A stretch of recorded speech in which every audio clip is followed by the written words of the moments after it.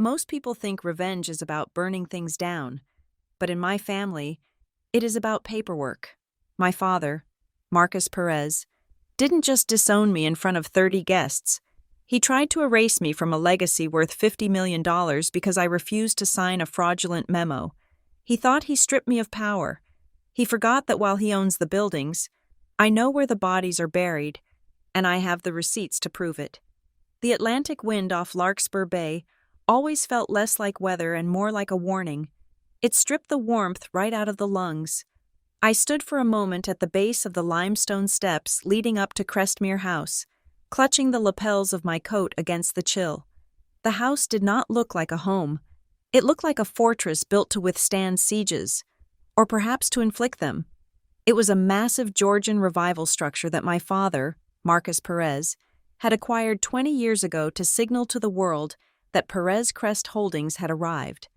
Tonight, every window glowed with that distinct golden amber light that only rich people seem to have, the kind that suggests the electricity itself is of a higher vintage. It was the annual holiday dinner. In any other family, this would mean ugly sweaters and arguments about politics. In the Perez family, it meant a performance review with appetizers. I checked my phone one last time before silencing it. No urgent emails from the compliance department, no fires to put out. I was 33 years old, the director of corporate compliance for a billion-dollar real estate empire. And yet, standing on that driveway, I felt 12 again. I felt the old familiar knot in my stomach, the desperate hope that tonight, just for once, I would be enough. I walked up the steps and pushed open the heavy oak doors. The foyer was already crowded.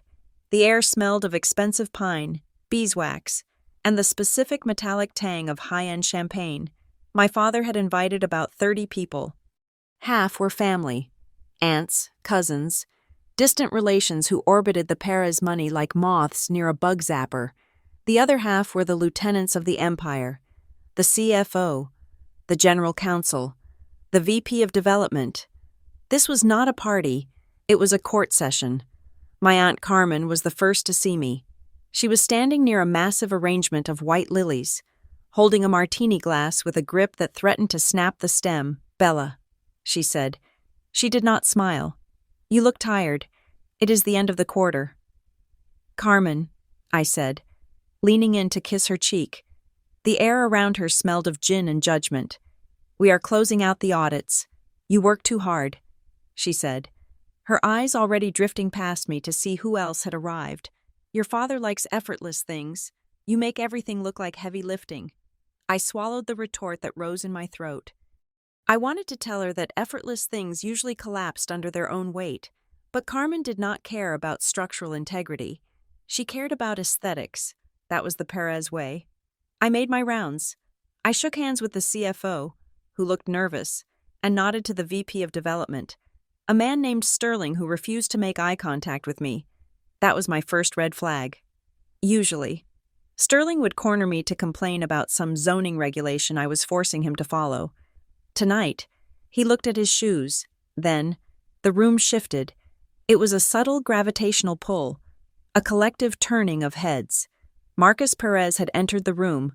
My father was 62, but he carried himself with the vitality of a man half his age. He was tanned, silver-haired, and possessed a smile that could convince a bank to forgive a default. He wore a velvet dinner jacket that would have looked ridiculous on anyone else, but on him, it looked like coronation robes. He had his arm around my half-brother. Evan Hale was 28. He was beautiful in the way catalog models are beautiful, symmetrical, unthreatening, and vaguely vacant. He had my father's chin, but none of his shark-like intensity. Evan had joined the company 6 months ago as a special projects manager, a title that meant absolutely nothing. He spent most of his time hosting lunch meetings and posting photos of construction sites on Instagram with captions like, "Building the Future." Everyone quieted down. Marcus loved a silence. He let it stretch, sipping his drink, letting the tension build until it felt like a physical weight. "Thank you all for coming to Crestmere," he said. His voice was a rich baritone, projected perfectly without a microphone. "We have had a banner year, Perez Crest Holdings has redefined luxury living in 3 states. But you know me, I am never satisfied with today. I am always looking at tomorrow. He squeezed Evan's shoulder. Legacy is not just about bricks and mortar. Marcus continued. It is about blood. It is about loyalty. For a long time, we have focused on the numbers. We have focused on the cold professionalism that keeps the lights on, and that has its place. I felt a cold prickle on the back of my neck. Cold professionalism. That was his code word for me. That was what he called it when I told him we could not bribe a fire inspector or bypass an environmental impact study, but, Marcus said, raising his glass, a brand needs a soul. It needs a face that represents warmth, connection, and family values. That is why, effective immediately, I am appointing Evan as the Executive Vice President of Brand Strategy and the primary public spokesperson for Perez Crest Holdings. The applause was immediate and polite, but I saw the confused glances exchanged between the executives. Evan had no experience. Evan could not read a balance sheet. I stood frozen, a plastic smile plastered on my face. It was not the promotion that hurt. I did not want to be the face of the brand. I liked the shadows. I liked the contracts. What hurt was the dismissal. Cold professionalism. He had reduced my 15 years of discipline, my law degree, my nights spent fixing his messes, to a personality defect. Marcus beamed at Evan. Evan looked appropriately humble, ducking his head. I am simplifying the legacy, Marcus said, his eyes finally finding mine across the room. He held my gaze for a second, his expression unreadable, before turning back to his guests. To the future. To the future. The room echoed. I waited 10 minutes before I tried to slip away to the library. I needed a moment to breathe, to recalibrate. I needed to remind myself that my value lay in my competence, not his validation. Bella. I stopped. My father was behind me, standing near the doorway to the east wing. He was alone now, having shed his admirers. Dad, I said, turning. Congratulations on the announcement. Evan will be great on the billboards. He waved his hand dismissively. The billboards are fluff. You know that. Come with me. We need to talk business. He did not wait for a response. He turned and walked down the hallway toward his private study. I followed. This was the pattern, the public slight, followed by the private demand. He needed something. The study was a cavern of mahogany and leather. A fire crackled in the grate, but we were not alone. 3 men were waiting for us. The general counsel, Arthur Sloan, the nervous CFO, Jim Henkels, and Sterling, the VP of Development. The atmosphere in the room was suffocating. Sit down. Bella, Marcus said, gesturing to a chair in front of his massive desk. He did not sit. He leaned against the edge of the desk, looming over me. What is going on? I asked, looking from Arthur to Sterling. We have a situation with Harborlight Key, Marcus said. Harborlight Key was the crown jewel, a massive mixed-use development on the waterfront. Luxury condos, retail, a marina. It was leveraged to the hilt, funded by a complex web of loans and private equity. I thought we were on schedule for the grand opening in February. I said, We are, Sterling said quickly. He wiped sweat from his upper lip, but the occupancy permits are stuck. Stuck how? I asked. My compliance radar began to ping. The town inspector is citing a drainage issue in the lower parking structure, Sterling said. He claims the sheer wall does not meet the revised seismic code. He wants us to rip out the foundation and re-pour. That would take 6 months. I said, It would bankrupt the project.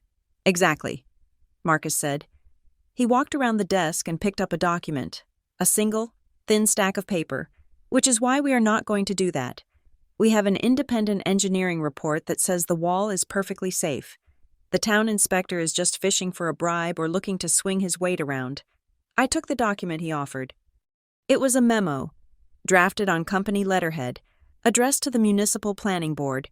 It stated that an internal compliance review had verified the structural integrity of the wall and that all seismic data had been cross-referenced with the new code. It required a signature at the bottom. My signature. You want me to override the town inspector? I asked. I can't do that. Dad, if the town says the wall is non-compliant, we have to fix the wall, or we have to appeal through the zoning board. There is no time for an appeal. Arthur Sloane said. His voice was dry, dusty. The financing covenants require the occupancy permit by January 15th. If we miss the date, the loans go into default. The project collapses. I looked at the memo again. I read the text closely. I, Bella Perez, Director of Corporate Compliance, certify under penalty of perjury. This says I have personally verified the seismic data. I said, I haven't. Have we actually done a new seismic study? Marcus sighed. It was a sound of immense disappointment. Bella, do not get bogged down in the weeds. We know the building is safe. We just need to smooth over this bureaucratic hiccup. Sign the memo. We send it to the board. They issue the permit. Everyone wins. And if the wall fails? I asked quietly. It won't, Sterling insisted. But if it does, I said, looking up at my father, if there is a crack, a flood, a collapse. This document makes me personally liable. I would be certifying false data. That is fraud. Dad, that is jail time. Marcus's face hardened. The charm evaporated. You are being dramatic, he said. I am asking you to support this family. I am asking you to protect the company that pays your salary. Evan wouldn't hesitate. Then let Evan sign it. I said. Marcus laughed. A short, sharp bark.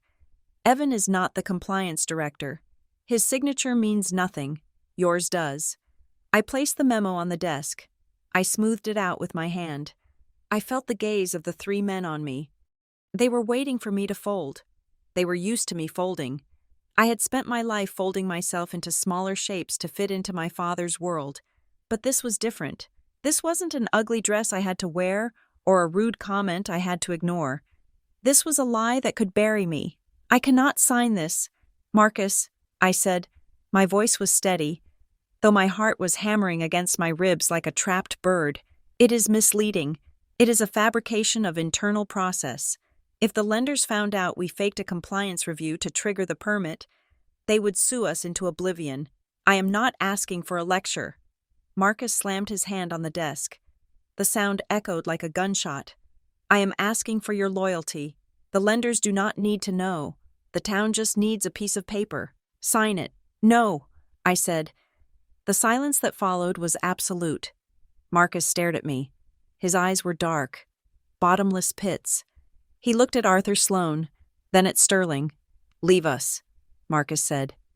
The three men scrambled out of the room, closing the heavy double doors behind them. We were alone. You are making a mistake, Marcus said softly. His voice was dangerous now. Quiet. I am doing my job. I said, I am trying to protect you from a felony. You are trying to control me. He spat. You have always been like this. Cold, calculating. You think because you went to law school you are better than us? Better than me? I never said that. I built this. Bella, me. Not your rules, not your memos. Me. And if you are not helping me build, you are in the way. I stood up. I realized, with a sudden clarity, that he had never intended to discuss this. He had summoned me here to coerce me. The dinner, the guests, the announcement about Evan. It was all pressure. He thought if he made me feel small enough, I would sign anything to feel big again. I won't sign it. Dad, I said, fix the wall. Marcus looked at me for a long moment. Then, a strange expression crossed his face. It wasn't anger anymore. It was dismissal. It was the look one gives to a tool that has broken and can no longer be used. Fine, he said. He walked over to the door and threw it open. Everyone! He shouted. The sound carried into the foyer, silencing the murmurs of the party. Everyone, please, come in here. I froze. Dad, what are you doing? Come in. Marcus beckoned them. The guests hesitated, then filtered into the large study. They held their wine glasses, looking confused. Evan was at the front, looking worried. Aunt Carmen was there. The executives, they filled the room, creating a semicircle of spectators. I wanted to shrink into the floor. My daughter, Marcus announced. his voice trembling with a performance of heartbreak, has something she wants to say, or rather, her actions have said it for her. He pointed a finger at me. I asked Bella for help tonight. A small administrative matter to save the jobs of 200 construction workers at Harbor Light Key. A matter of family loyalty, and she refused. A murmur went through the crowd. I stood there, my face burning. He was twisting it. He was stripping away the context, the illegality, the danger, and leaving only the refusal. She thinks she is too good for us, Marcus continued, pacing in front of the fireplace. She takes the salary. She takes the condo in Boston. She takes the status of the Perez name. But when it is time to give back, when it is time to stand with her father, she quotes the rulebook. Dad. Stop, I whispered. Please. He ignored me. He turned to the room, his eyes wild. I have paid her back in full, he said.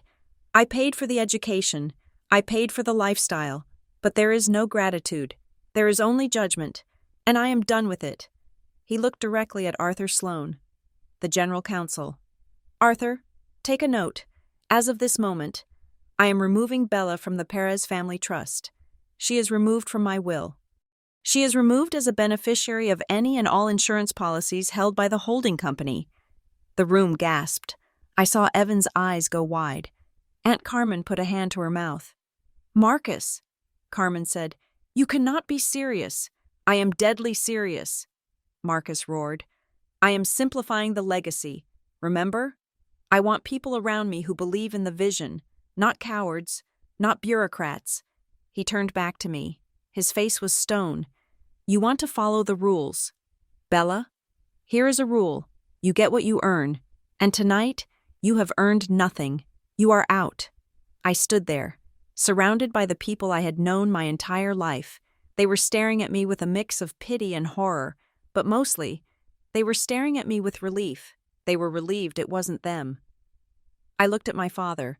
I looked for a crack in the mask, a sign that this was just a temper tantrum, a negotiation tactic, but there was nothing.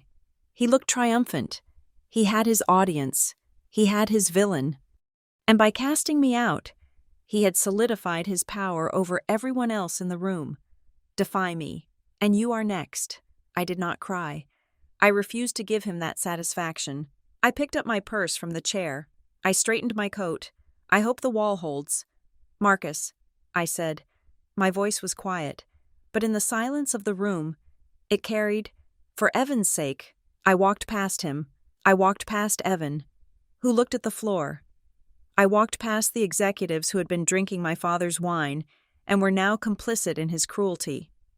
I walked out of the study, through the foyer, and out the heavy oak doors into the biting wind. I did not run to my car. I walked. I could feel the eyes on my back. I could feel the severance happening in real time, like a limb being hacked off without anesthesia. The drive back to Boston was a blur of highway lights and silence. I didn't turn on the radio. I just drove, my hands gripping the steering wheel so hard my knuckles turned white. My biggest pain wasn't the money. $50 million is an abstract concept. You cannot hold it. You cannot hug it. The pain was the realization that he had planned it. He had the audience ready. He had the narrative ready. He didn't just want to punish me. He needed to humiliate me to validate Evan.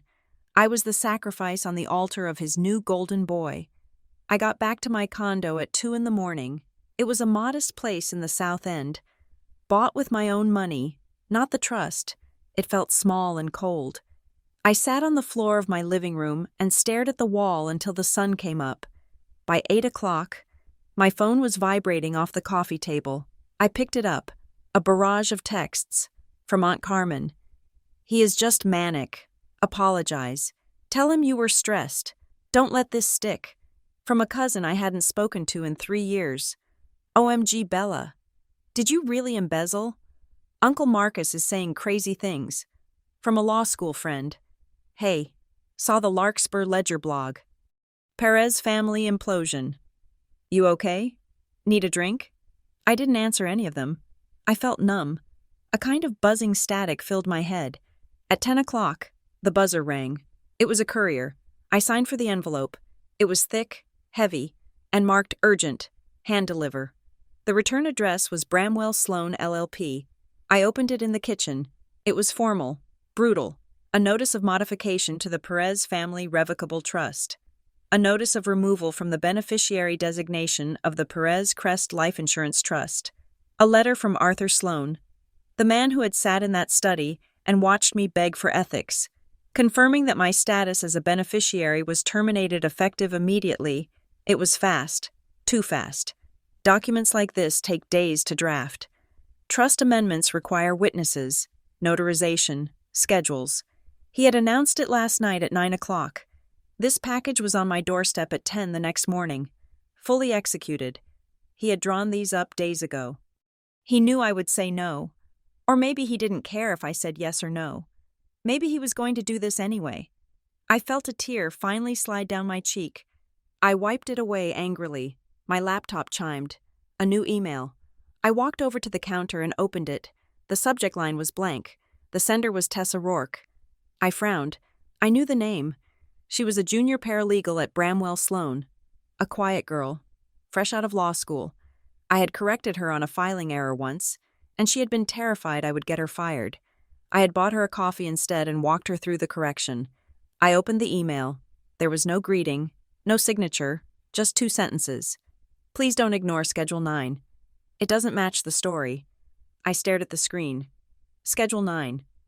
I looked back at the pile of documents the courier had delivered. I flipped through the pages. Schedule A, real estate. Schedule B, equities. Schedule C, intellectual property. I went through the entire packet. There was no Schedule 9. I checked the index of the trust agreement. It listed Schedules 1 through 8. I went back to the email. It doesn't match the story. Tessa was risking her career to send this. Junior paralegals at Bramwell Sloan signed confidentiality agreements that were tighter than government secrets. If she was caught emailing a disinherited beneficiary, she would be blacklisted forever. Why would she do that? I looked at the paperwork again, the effective immediately date, the speed of the filing, and now, a missing schedule that a paralegal thought was important enough to risk her job for. My father wanted me to be the emotional wreck. He wanted me to be the angry daughter sending drunk texts and crying to Aunt Carmen. He wanted me to sue for emotional distress, so he could crush me in court and paint me as a greedy, ungrateful child. He expected a fight for love. I stood up. I went to the sink and splashed cold water on my face. I looked at myself in the mirror. My eyes were red, but my jaw was set. I am not going to fight for love. I whispered to the empty room. I walked back to the table and laid the documents out in a grid. I grabbed a red pen. If there is a Schedule 9, it exists somewhere, and if it doesn't match the story, that means the story is a lie. I picked up my phone and dialed the number for a forensic accountant I had worked with on a difficult merger 2 years ago. I am not going to beg. I said to myself, I am going to audit. I sat down and began to read the fine print. The tears were gone. The compliance director was back on the clock, and this time, the target wasn't a building code. It was my father. Beacon Row Station was a cacophony of screeching brakes, rushing commuters, and the tinny announcements of train delays. I chose the cafe across the street specifically for its noise. It was a place where conversations went to die, swallowed by the espresso machine and the din of rush hour. It was the perfect place to meet someone who did not want to be heard. Tessa Rourke was sitting in the back corner, nursing a paper cup that looked like it had been empty for 20 minutes.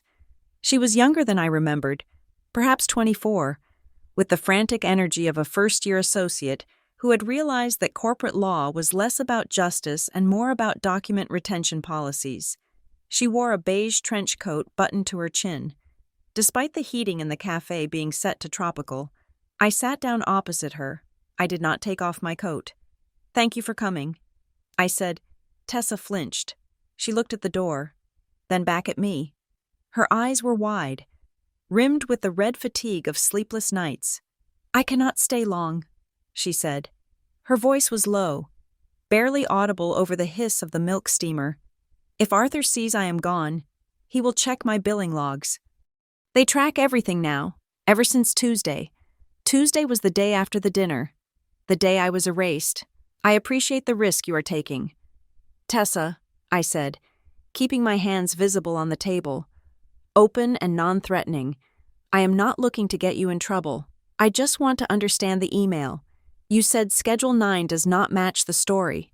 What story? Tessa leaned in. She picked at the plastic lid of her cup. The story that you were disowned because of the argument at the party, she said. That is the official narrative. Marcus got angry. He called Arthur Sloan at midnight, and they drafted the amendment to the trust. That is what everyone is saying.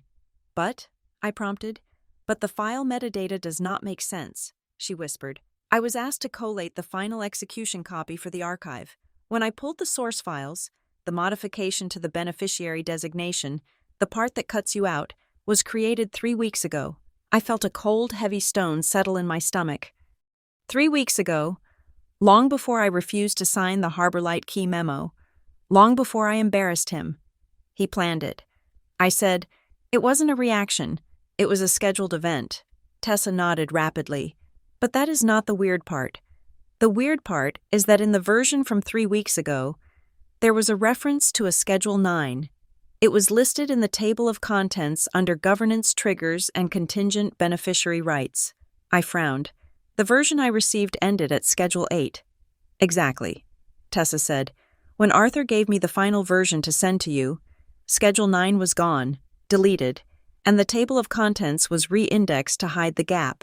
But Bella, you do not just delete a schedule like that. Schedules in the Perez Trust are cross-collateralized. If you pull one thread, the whole sweater should unravel. Unless what? Unless the schedule was never meant to be seen by the primary beneficiary, she said. Or unless removing you was the only way to activate what was in it. She looked at her watch and panic washed over her face. I have to go. I cannot be seen with you. Tessa, wait, I said, do you have a copy? Can you get me the draft? She shook her head violently. No, the system is locked down. If I print anything secure, it triggers an alert in Arthur's office. I am not a hero. Bella, I have student loans. I saw how they treated you. It wasn't right. She stood up, pulling her scarf tight. Look for the trigger, she said. That is all I can tell you. The disowning isn't the punishment. It is the key to the lock. She vanished into the crowd of commuters, leaving me with a cold table and a mind on fire. I needed a lawyer, not a corporate lawyer, and certainly not anyone connected to the incestuous circle of Boston's high society firms, where partners played golf with my father on weekends. I needed a shark who swam in different waters. I found Mara Klein at a boutique firm in the financial district called Klein Hearth. Her office was nothing like the mahogany crypt of my father's study. It was glass, steel, and aggressive minimalism. Mara herself was sharp-featured, 50, and wore a suit that cost more than my first car. She listened to me for 20 minutes without interrupting, taking notes on a yellow legal pad. When I finished, she tapped her pen against the paper. Let me be clear about what I can do for you. Bella, she said. Her voice was dry and devoid of sympathy, which I appreciated. If you want to sue for your $50 million because your feelings are hurt, I will refer you to a strip mall attorney who will take your retainer and lose. Courts do not overturn disinheritance just because the father is a narcissist. In Massachusetts, a person can leave their money to their cat if they want to, provided they are of sound mind. I am not saying he is crazy. I said, and I don't care about the money. Everyone says that, Mara said. Then they see the zeros. I leaned forward. This is not about the zeros. This is about what the money represents.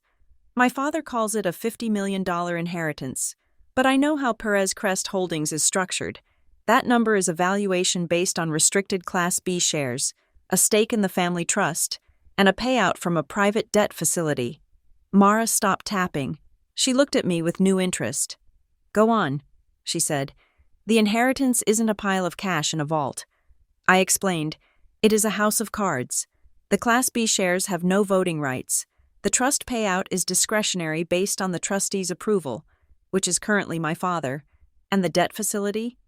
That is leveraged against the equity of the holding company.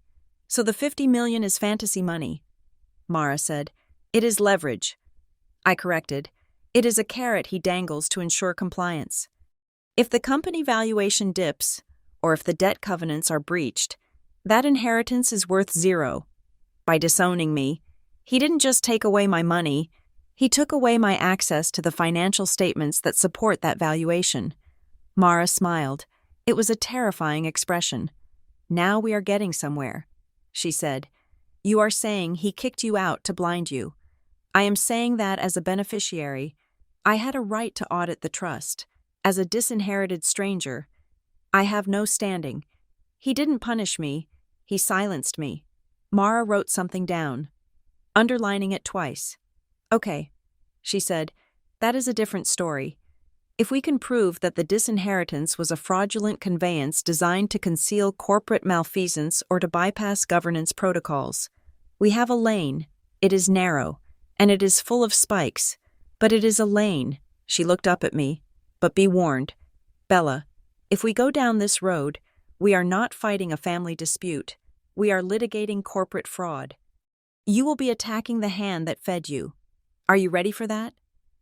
I thought of my father's face in the study, the way he had looked at me, not with anger, but with the cold utility of a man discarding a broken tool. I am not hungry anymore. I said, that night, my mother called. Lena Perez lived in a gated community in Boca Raton, Florida, a place where the grass was manicured with scissors and the air smelled of sunscreen and denial. My parents had been divorced for 15 years. My mother had taken a settlement that ensured her comfort and her silence, and she had spent the last decade perfecting the art of looking away. Bella, she said. Her voice was thick, likely from a second glass of Chardonnay. I heard what happened. Carmen called me. I am fine. Mom, I said. I was sitting on my living room floor, surrounded by printed emails and old annual reports I had saved on a backup drive. You are not fine, she said. You are stubborn. Just like him. Bella, please, just apologize. Go to the house. Cry a little. He expects it. I did nothing wrong. I said, I refuse to sign a fraudulent document. Oh, Bella. She sighed. Who cares about the document? Marcus always rewards obedience. That is the rule. You know that. Look at Evan. He smiles. He nods. He signs whatever is put in front of him. And look where he is. He is a puppet. I said, he is rich. She countered. And he is safe. You were always the difficult one. Even as a little girl, you always had to ask, why?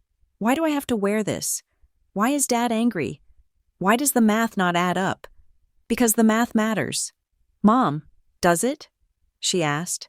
Her voice dropped, losing its slur for a moment. Does it really? I asked questions once. Do you know what happened? He replaced me. He found a new wife, then a new mistress, and I got a condo in Florida and a check once a month that comes with a gag order. You cannot beat him. Bella, he is not a person. He is an economy. I felt a surge of pity for her. She had traded her agency for safety, and she was terrified that I was about to blow up the only world she understood. I am not trying to beat him, I said, lying. I just want the truth. The truth is expensive, she whispered, and you are the only one who ever said no without a safety net. Please, baby, let it go. Before he decides to do more than just disown you. I hung up. Her fear was palpable, vibrating through the phone, but instead of discouraging me, it sharpened my focus.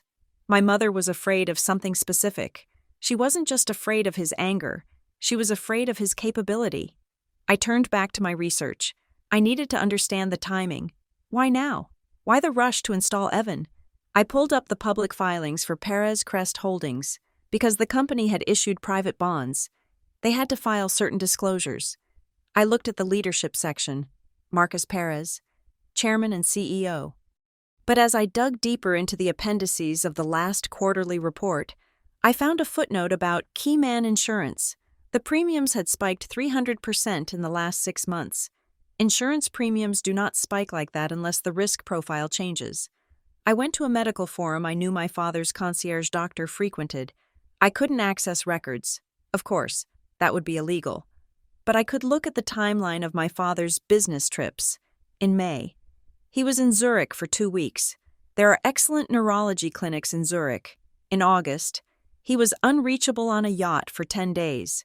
I cross-referenced these dates with the company's internal email blasts, the ones I still had on my phone.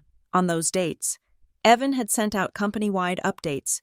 They were poorly written, full of buzzwords, but they established a presence. It wasn't just about Harbor Light Key. My father was sick. He wasn't dying, or the stock would have tanked, but he was unstable. He was having episodes, and he was hiding them from the investors, from the lenders, and from the world. He needed Evan not because Evan was smart, but because Evan was a body, a face to put on the posters while Marcus pulled the strings from behind a curtain, concealing his tremor. And I was the liability, because I saw him up close, because I noticed when his hands shook or when he forgot a name. I was the compliance officer who would have to disclose a change in the CEO's health status to the bondholders. So I had to go. The next day, I went to see Aunt Carmen.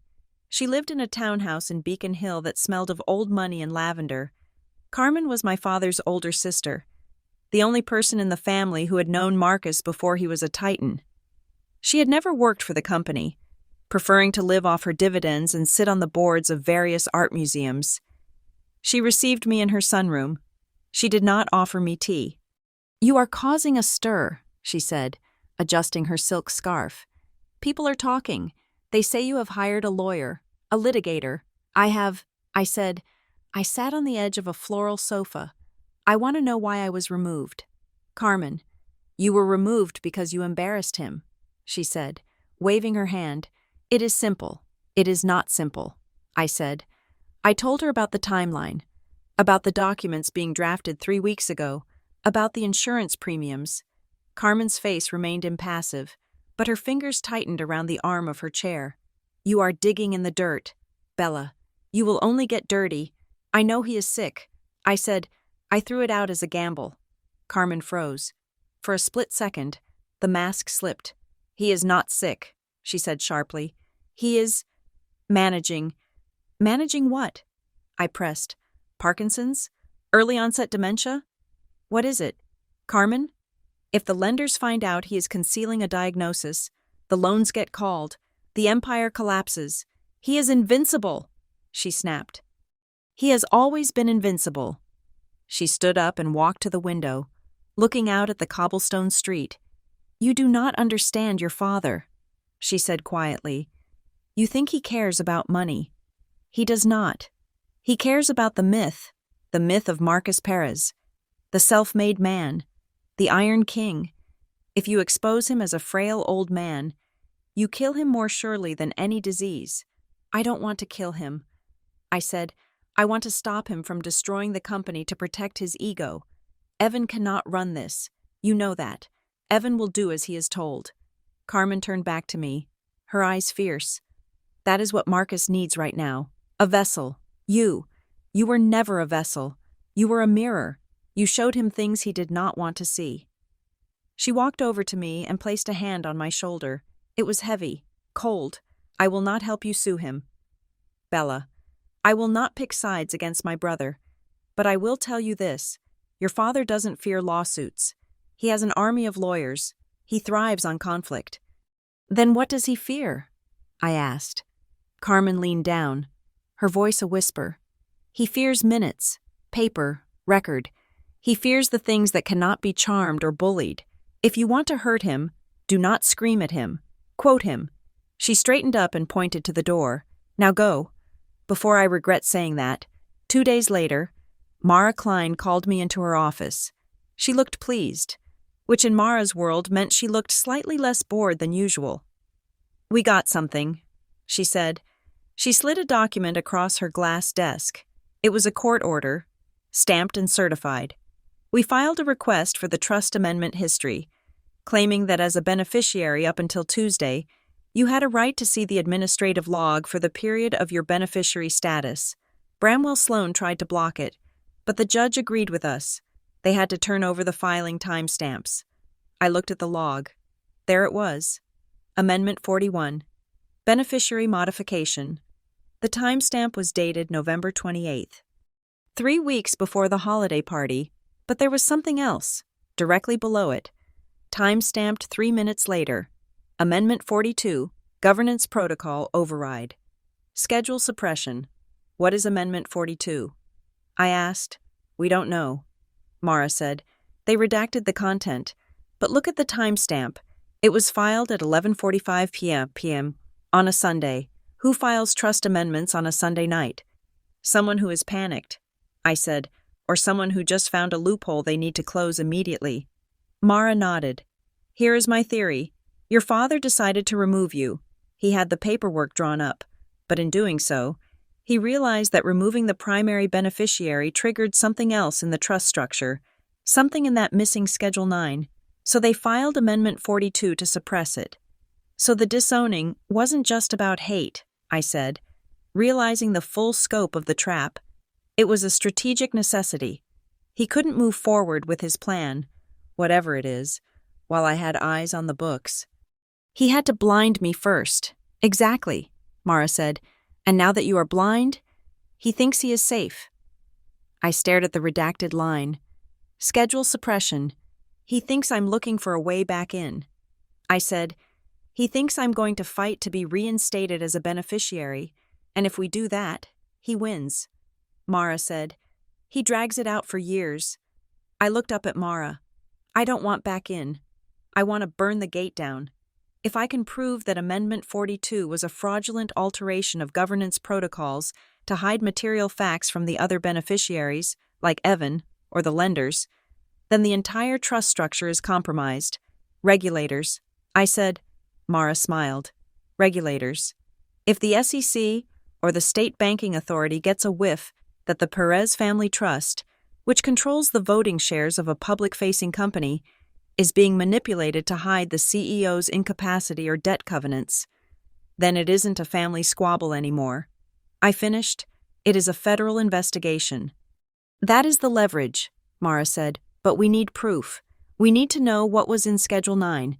We cannot file a complaint based on a hunch and a redacted timestamp. I need the document. I said, I cannot subpoena it.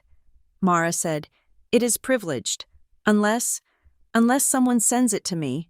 I said, I went home. I felt a strange sense of calm.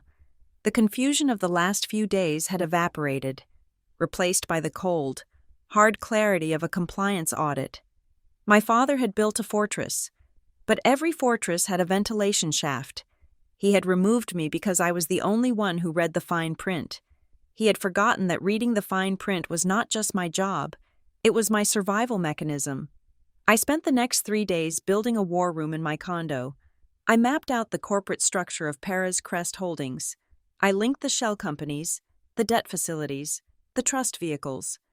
I used sticky notes and red string, looking like a conspiracy theorist, but the picture that emerged was terrifying. The company was a hollow shell. The dividends were being paid out of new debt. The profit from Harborlight Key was projected, not actual. If the occupancy permits were delayed, the dominoes would fall. My father wasn't just protecting his image. He was protecting a Ponzi scheme of his own making. On Friday evening, the buzzer rang. I wasn't expecting anyone. I checked the monitor. A delivery driver.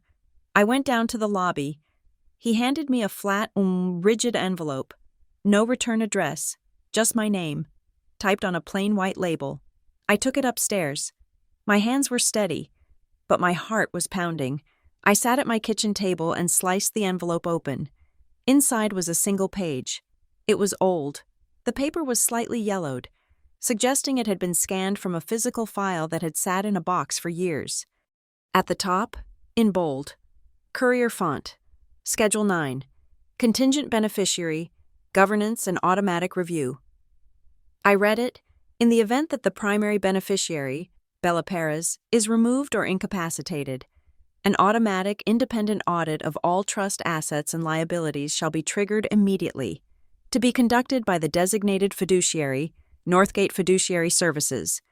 This audit shall include a full review of all medical disclosures regarding the grantor, Marcus Perez, and a solvency test of all underlying assets. I gasped. My father had built a failsafe, years ago, when he was perhaps a more rational man, or perhaps when he was afraid of his own hubris. He had installed a mechanism. If he ever turned on me, the trust was designed to automatically check his power. It was a mirror clause, a way to protect the company from a rogue founder, even if that founder was him, but he had suppressed it. Amendment 42 had deleted this schedule right before he fired me. He had disabled the alarm system before he broke the window. I looked at the margins of the page. There were handwritten notes, corrections in blue ink, and at the bottom, a set of initials scrawled in a shaky hand. H.M. I stared at them. H.M. It wasn't Arthur Sloan. It wasn't anyone at Bramwell Sloan. I closed my eyes and searched my memory. H.M. Who was H.M.? Then I remembered. A Christmas party, 10 years ago. An old man with a cane, arguing with my father about fiduciary duty. My father had laughed at him and called him a dinosaur. Harold Minton. He was a retired trust officer. He used to work at Northgate Fiduciary Services. I looked at the document again. This was the draft. This was the original intent. And someone, maybe Tessa, maybe someone else, had found it in the deep archives and sent it to me. My father thought he had buried the truth, but he had forgotten the one rule of corporate America that I lived by. Nothing is ever truly deleted. I picked up the phone to call Mara. I have it. I said, and I know who wrote the rules. The fluorescent lights of Mara Klein's conference room hummed with a low, irritating buzz that seemed to vibrate directly against my temples. Outside the glass walls, the Boston skyline was disappearing into a gray winter sleet, but inside, the atmosphere was arid and sharp. Mara held the single page I had received, the archived draft of Schedule 9, between her thumb and forefinger as if it were a hazardous material. "This is it," she said quietly. She placed it down on the table and smoothed it out. "This is the smoking gun, Bella. But it is not the kind that fires a bullet. It is the kind that triggers an avalanche. Explain it to me." I said I had read the words a dozen times, but legalese is a language of nuance. I needed the translation. She tapped the paragraph labeled Governance Trigger. "Standard trusts are static," Mara said. "You set them up, you die. The money moves. But this trust was built for a living empire. It has a pulse. This clause here? It says that if the trustee, your father, alters the beneficiary designations within 90 days of a major corporate financing event, the trust automatically defaults to an independent review status." I frowned. Why would he agree to that? It handcuffs him. He did not agree to it because he wanted to, Mara said. She looked at me over the rim of her glasses. He agreed to it because he had to. Look at the date on the draft. 12 years ago. That was right after the subprime crisis. Perez Crest Holdings was likely over-leveraged. The banks probably demanded this structure. They wanted to ensure that if Marcus tried to loot the trust to pay off corporate debt, or if he tried to shuffle family members around to hide assets during a bankruptcy, an external alarm would sound. I leaned back. So the trust wasn't built to protect the family from the world. It was built to protect the lenders from my father. Exactly, Mara said, and that is why he deleted it. He is currently in the middle of a major corporate financing event, the Harbor Light Key refinancing. By disowning you on Monday, he triggered the clause, but by deleting the schedule 3 weeks ago via Amendment 42, he silenced the alarm. That is fraud. I said, "It is worse than fraud," Mara corrected.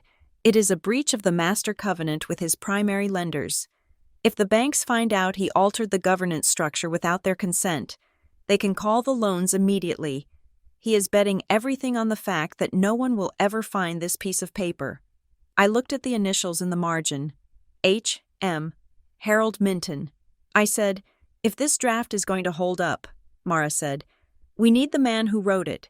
We need him to testify that this wasn't just a rejected draft, but the operative intent of the trust.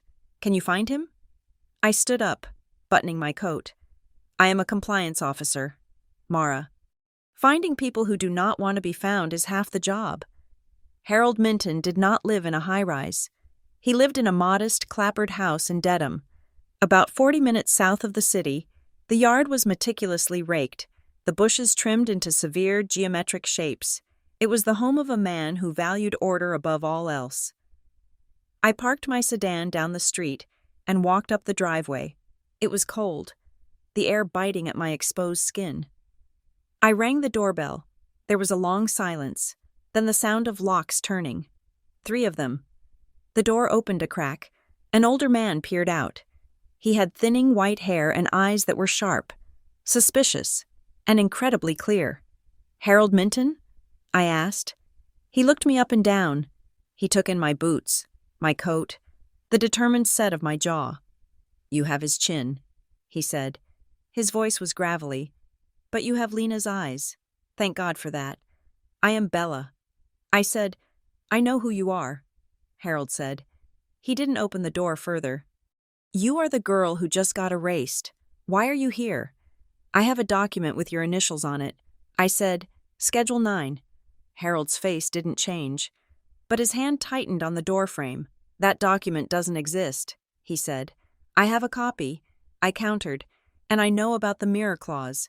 I know it was designed to stop exactly what happened this week." Harold sighed. It was a long, weary sound, like air escaping a tire. "Turn around," he said. "Lift your coat. Show me you are not wearing a wire. I am not recording you." "Harold, show me." I unbuttoned my coat and held it open. I turned a slow circle. I held up my phone, showing him it was off. He watched me closely, then grunted, "Come in.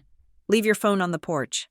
I hesitated, then placed my phone on the wicker chair outside. I stepped into the house. The interior smelled of lemon polish and old paper. It was spotless. He led me into a small sitting room where a grandfather clock ticked with oppressive loudness. "Sit," he commanded. I sat on a hard-backed wooden chair. Harold lowered himself into a recliner opposite me. "I haven't thought about that trust in a decade," he said. "I retired because of men like your father. Tell me about the mirror clause." I said. Harold steepled his fingers. "Your father is a brilliant man, Bella. You know that, but he has a fatal flaw. He believes that reality is negotiable. If he says the sky is green, and he pays enough people to agree, then the sky is green." I nodded. I knew that reality intimately. 12 years ago, he was in trouble. Harold continued. He needed capital to expand into the commercial sector. The banks were wary. They knew he treated the company checking account like his personal wallet.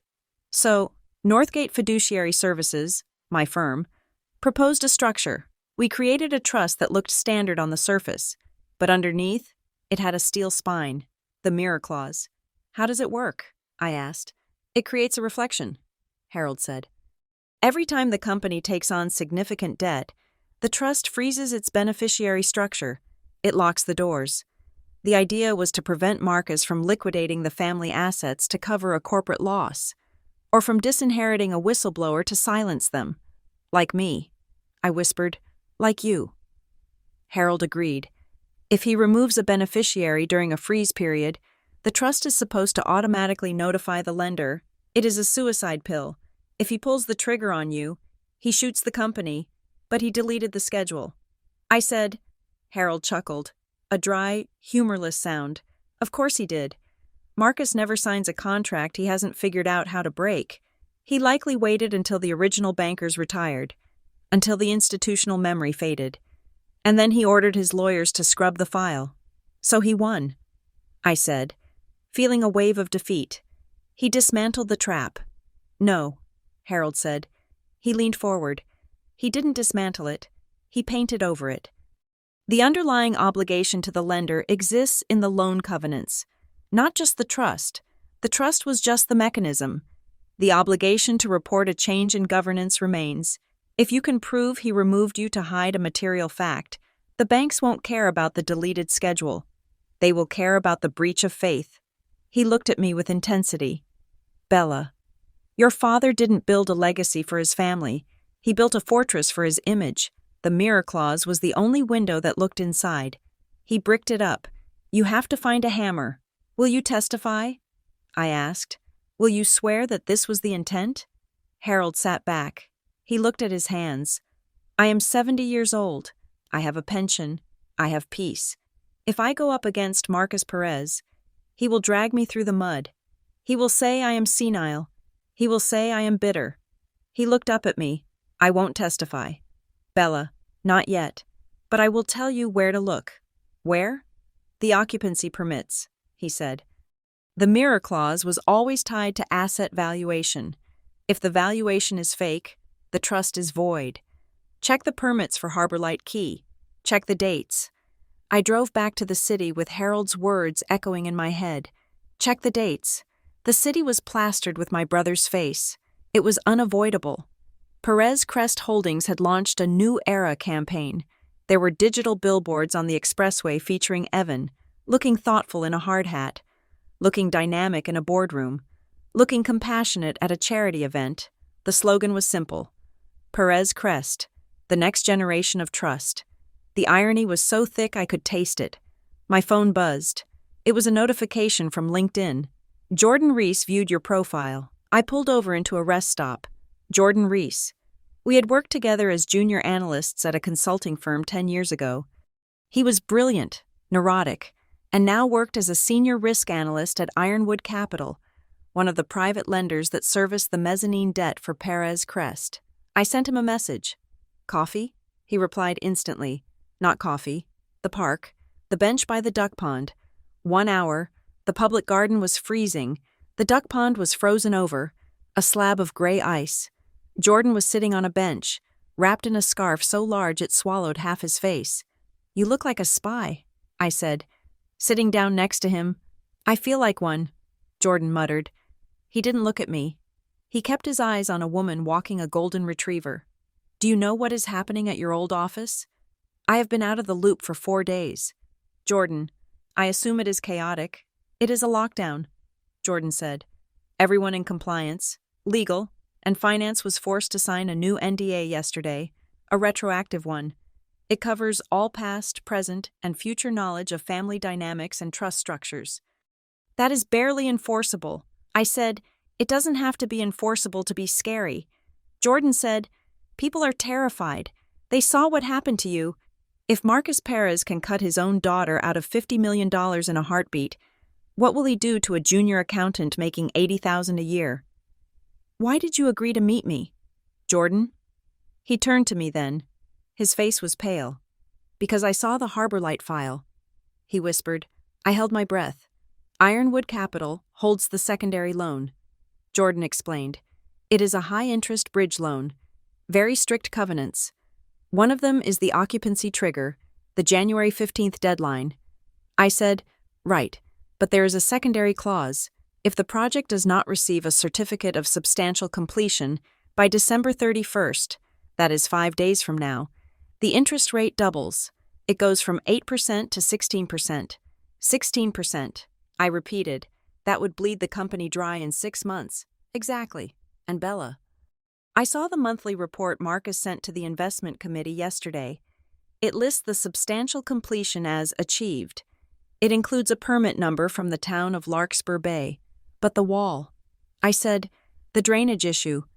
They haven't fixed it. Jordan nodded. That is what I thought. I know you, Bella.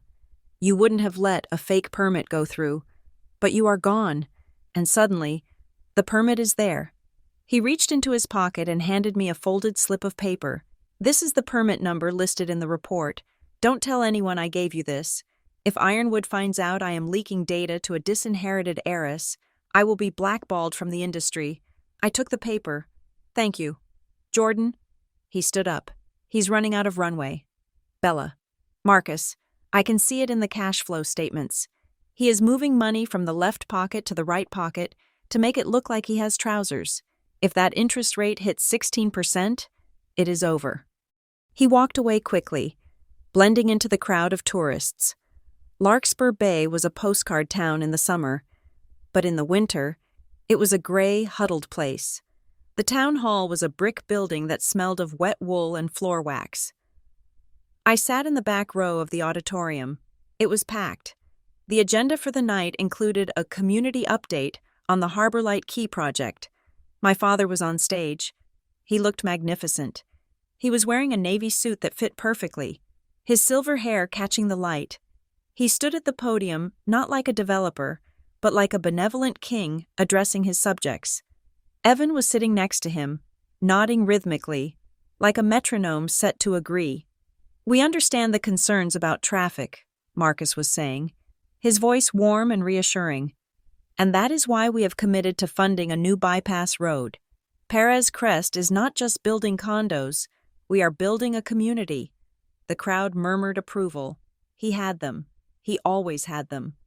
I scanned the table where the town planners sat. There were 3 of them: the mayor, the town engineer, and a clerk. In front of the town engineer, a man named Mr. Henderson was a thick binder. The spine was labeled Harbor Light Key, Permits Variance Requests. I squinted. I took out the slip of paper Jordan had given me. The permit number Jordan had written down was LQ 2024-789C.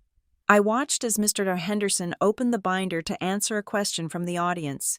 He flipped a page. The overhead projector was on, displaying a map. But for a brief second, the light caught the document in front of him. I saw the header, Permit Application. Pending.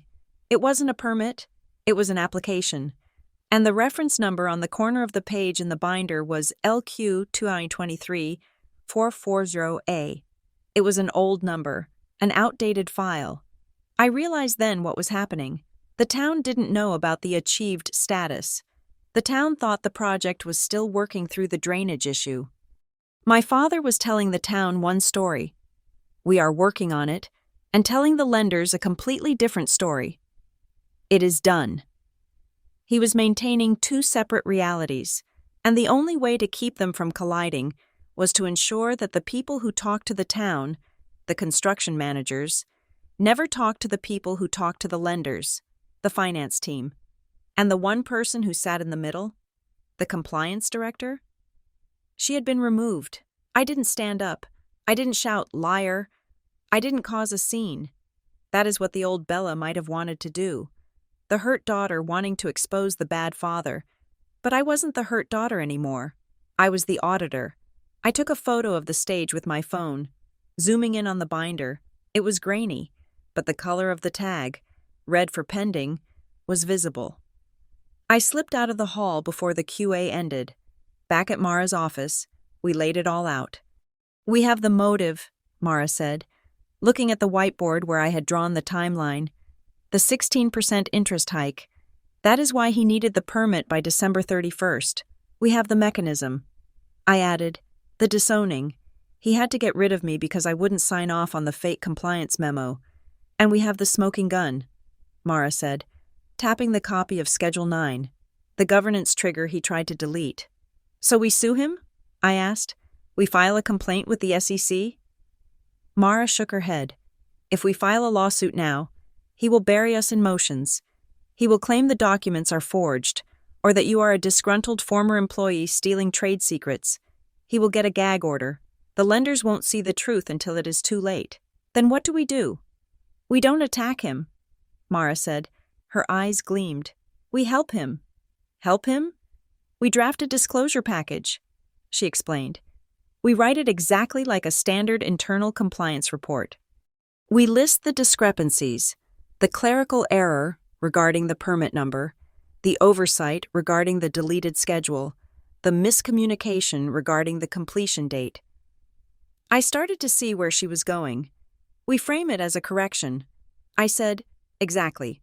You send it to the board of directors, the ethics committee at Bramwell Sloan, and the independent trustee at Northgate. You say, 'As the former compliance director, I noticed these dangerous errors in the record, and for the sake of the company's liability protection, I am submitting this correction package. It is genius.'" I whispered, "It is poison." Mara corrected, "Because once that package is delivered to the fiduciary channels, they are legally required to review it. They cannot ignore it. If they ignore it, they become liable for the fraud. We force the lawyers and the trustees to investigate him to save themselves. It is the gift he cannot return." I said, "And he cannot claim you are attacking him."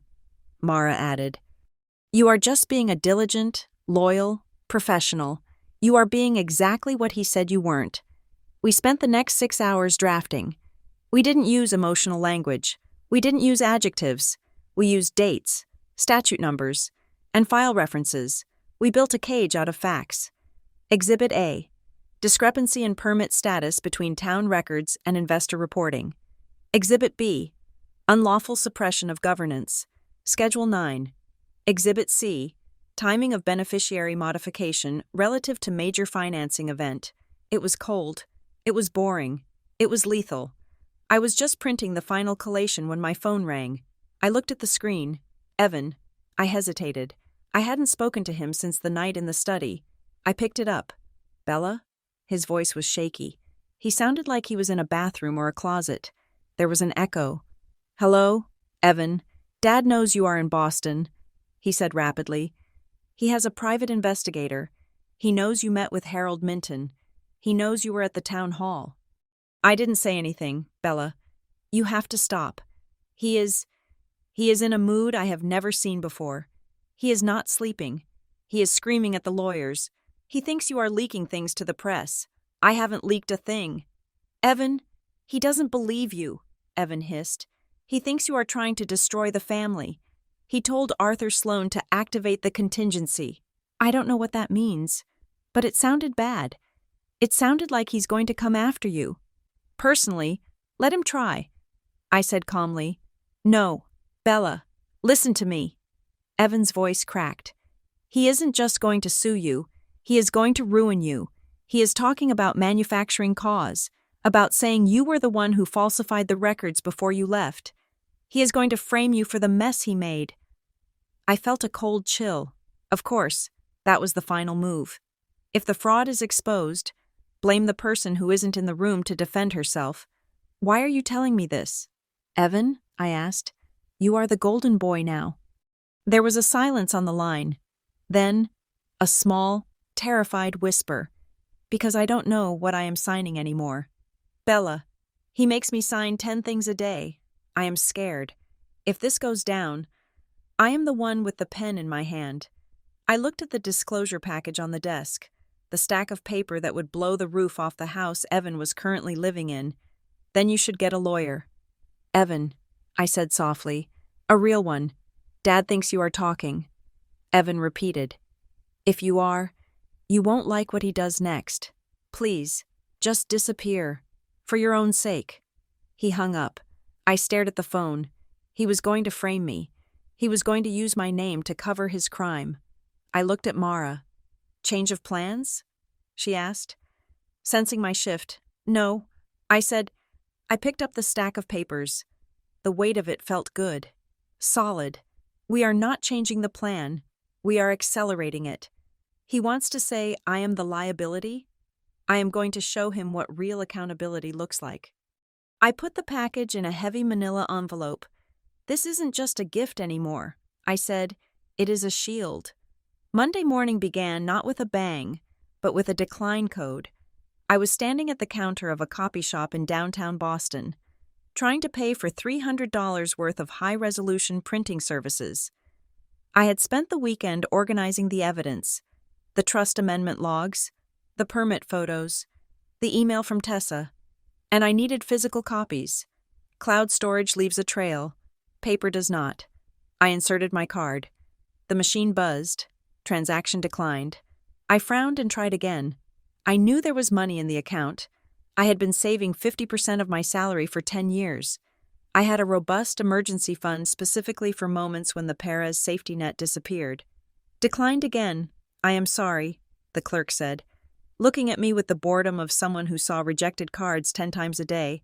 Do you have another form of payment? I pulled out my backup credit card. Declined. My debit card. Declined. I felt the heat rising in my cheeks, not from shame, but from a sudden, sharp realization. This was not a glitch. This was a siege.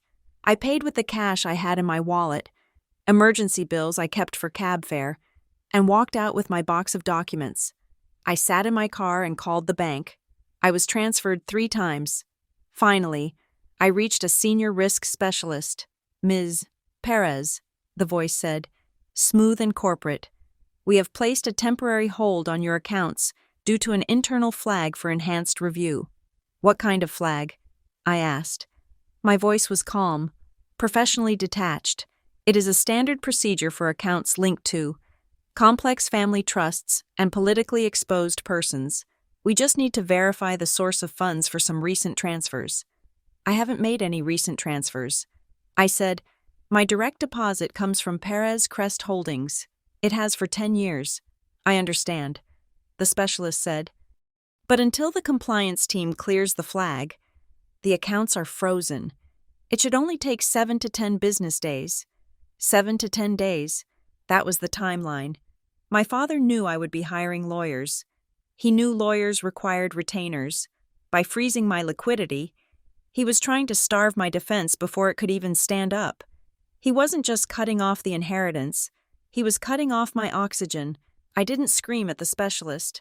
I didn't cry. Thank you for the information.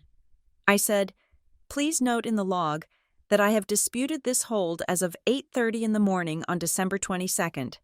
I hung up. I opened my laptop right there in the car. I started a new tab in my master spreadsheet. Column A, date. Column B, action. Column C, source. I logged the call. I logged the time. I logged the name of the specialist. If my father wanted to play a game of compliance, he was going to find out that I was the one who wrote the rulebook. I wouldn't spiral. I wouldn't let him see me panic. I would document every breathless moment until I had a mountain of evidence that proved this was not a banking error, but harassment. I arrived at Mara Klein's office an hour later. She was pacing behind her desk, a sheaf of papers in her hand. She didn't look happy. Your accounts? She asked as I walked in. Frozen. I confirmed. Enhanced review. Mara slammed the papers down. Of course they are. He is squeezing you. But that is not the worst of it. Look what Bramwell and Sloan just filed. She slid a document across the glass surface. It was a legal filing, dated 3 years ago. The title was bold and centered. Family Separation and Asset Release Agreement. I picked it up. My hands were steady, but my stomach turned over. The document claimed that I, Bella Perez, had voluntarily agreed to sever my financial ties with the Perez Family Trust in exchange for a one-time lump sum payment of $500,000, paid into a separate offshore holding account. It stated that I acknowledged having no further claim to the estate. I flipped to the last page. There was my signature, Bella Perez. I stared at it. It was my loop on the P. It was my sharp downstroke on the Z. I never signed this. I said, I never received $500,000. I don't have an offshore account. I know. Mara said, because if you had signed this 3 years ago, why would he need to disown you publicly last week? The existence of this document contradicts his entire performance at the holiday dinner. Exactly.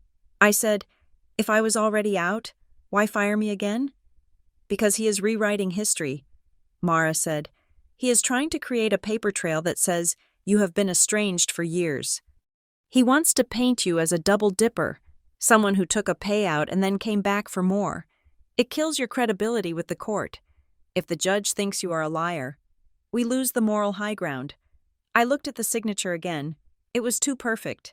It looks like my signature, I said, but it looks stiff.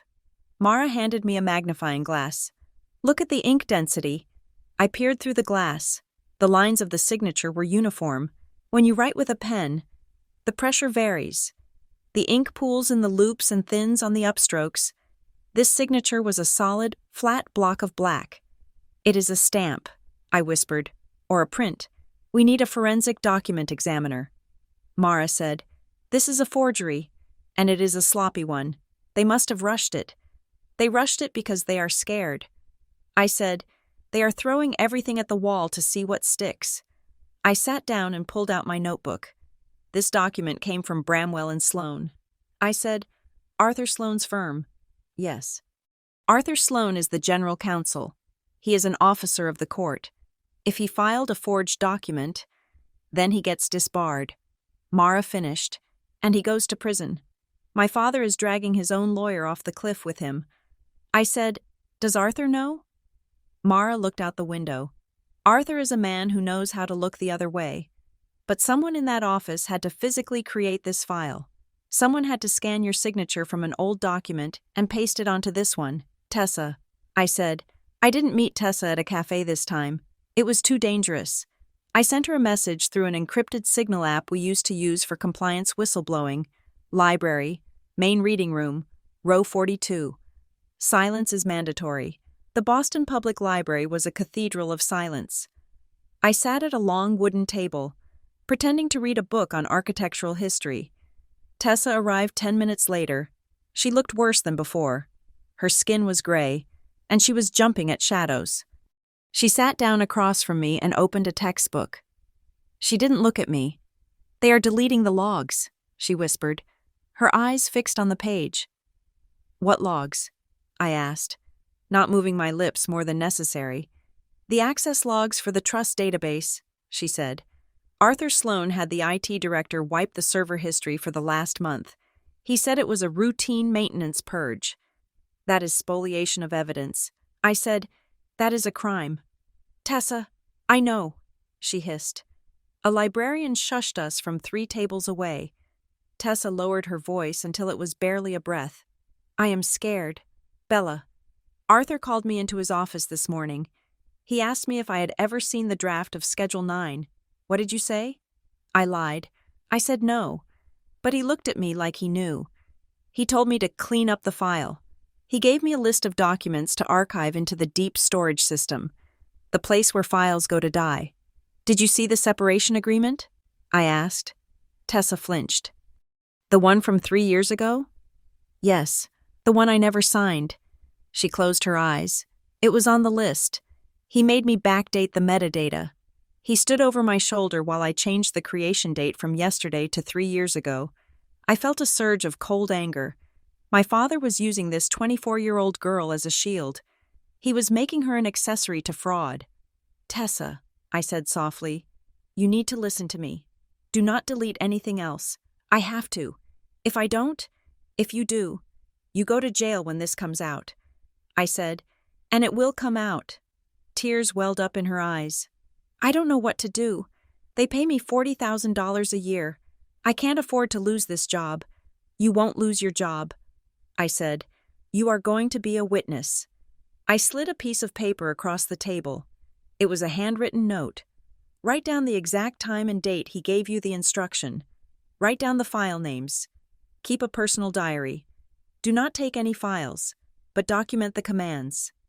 If they fire you, this diary saves you." Tessa took the paper. She looked at me, terrified but grateful. "Why is he doing this?" she asked. "Why go this far?" "Because he is cornered," I said, "and a cornered animal bites." I left the library and went to Beacon Hill. I needed to understand the root of the panic. My father was aggressive, yes, but forgery was desperate. Forgery was the act of a man who saw no other option. Aunt Carmen was waiting for me. She had agreed to see me only because I told her I had news about Evan. She poured tea from a silver pot. Her hands were shaking slightly. "You shouldn't be here, Bella," she said. "Marcus knows you are digging. He froze my bank accounts." "Carmen," I said. "He filed a fake legal document claiming I took a payoff 3 years ago. He is framing me." Carmen set the teapot down with a clatter. "He filed the separation agreement? You know about it?" Carmen looked away. "I saw the draft. Years ago. He had it written up when you were in law school." He said he wanted to have it ready, just in case you ever turned on him. "He never asked you to sign it?" "No, and now he is pretending I did." Carmen sighed. She looked suddenly very old. "It is 1998 all over again," she whispered. "What happened in 1998? I asked. I was 12 then. I remember we moved houses. I remember Dad was gone a lot. He lost the company." Carmen said. I stared at her. "What?" "It was only for 3 weeks," she said. "There was a board revolt. The investors thought he was expanding too fast. They voted him out as CEO. He was humiliated. He sat in this very room and cried. He vowed he would never, ever let anyone take his chair again. How did he get it back?" "He blackmailed the lead investor." Carmen said simply, "He found dirt on the man, something terrible involving a mistress and a gambling debt, and he forced a new vote. He returned as CEO, and the first thing he did was restructure the bylaws so that the board became toothless. He built the fortress.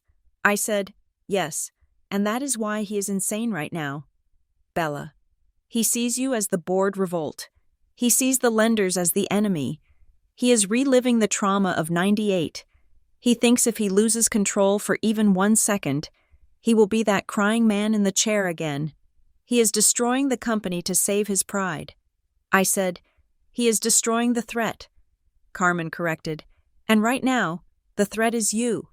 She looked at me with a mixture of pity and hardness. He will not stop. Bella, you are waiting for him to be a father. He cannot be a father. He is a king, and kings kill their children if they threaten the crown. I stood up. Then he should have killed me when he had the chance, I said, because now I have the evidence. Mara found the expert. His name was Dr. Aris Thorne, a forensic document examiner who usually worked for the FBI. He worked out of a basement lab in Cambridge that smelled of ozone and acetate. He put the separation agreement under a microscope connected to a large monitor. Look here, he said, pointing to the screen. See the edge of the signature line? I looked.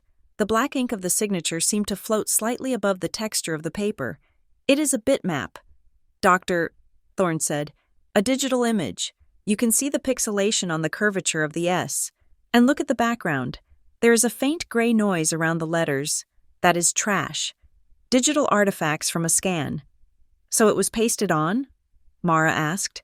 Without a doubt. Dr. Thorne said, and look at the date. The document is dated December 12th, 2020. But the font used for the date? That is a version of Helvetica that wasn't updated with those specific kerning pairs until 2022. He spun around in his chair. It is a clumsy forgery. It would never stand up in a federal court. But in a probate hearing? Or a preliminary injunction? It might be enough to confuse a judge for a few months. That is all he needs. I said, a few months. The loan covenants expire on January 15th. He just needs to keep me blocked until then. Can you write a report? Mara asked. I can. Dr. Thorne said, but I need the original. This is a copy. To be definitive, I need the wet ink document. We will never get that. I said, because it doesn't exist.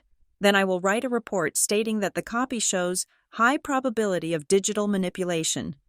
Dr. Thorne said, it is not a smoking gun, but it is enough to raise reasonable doubt.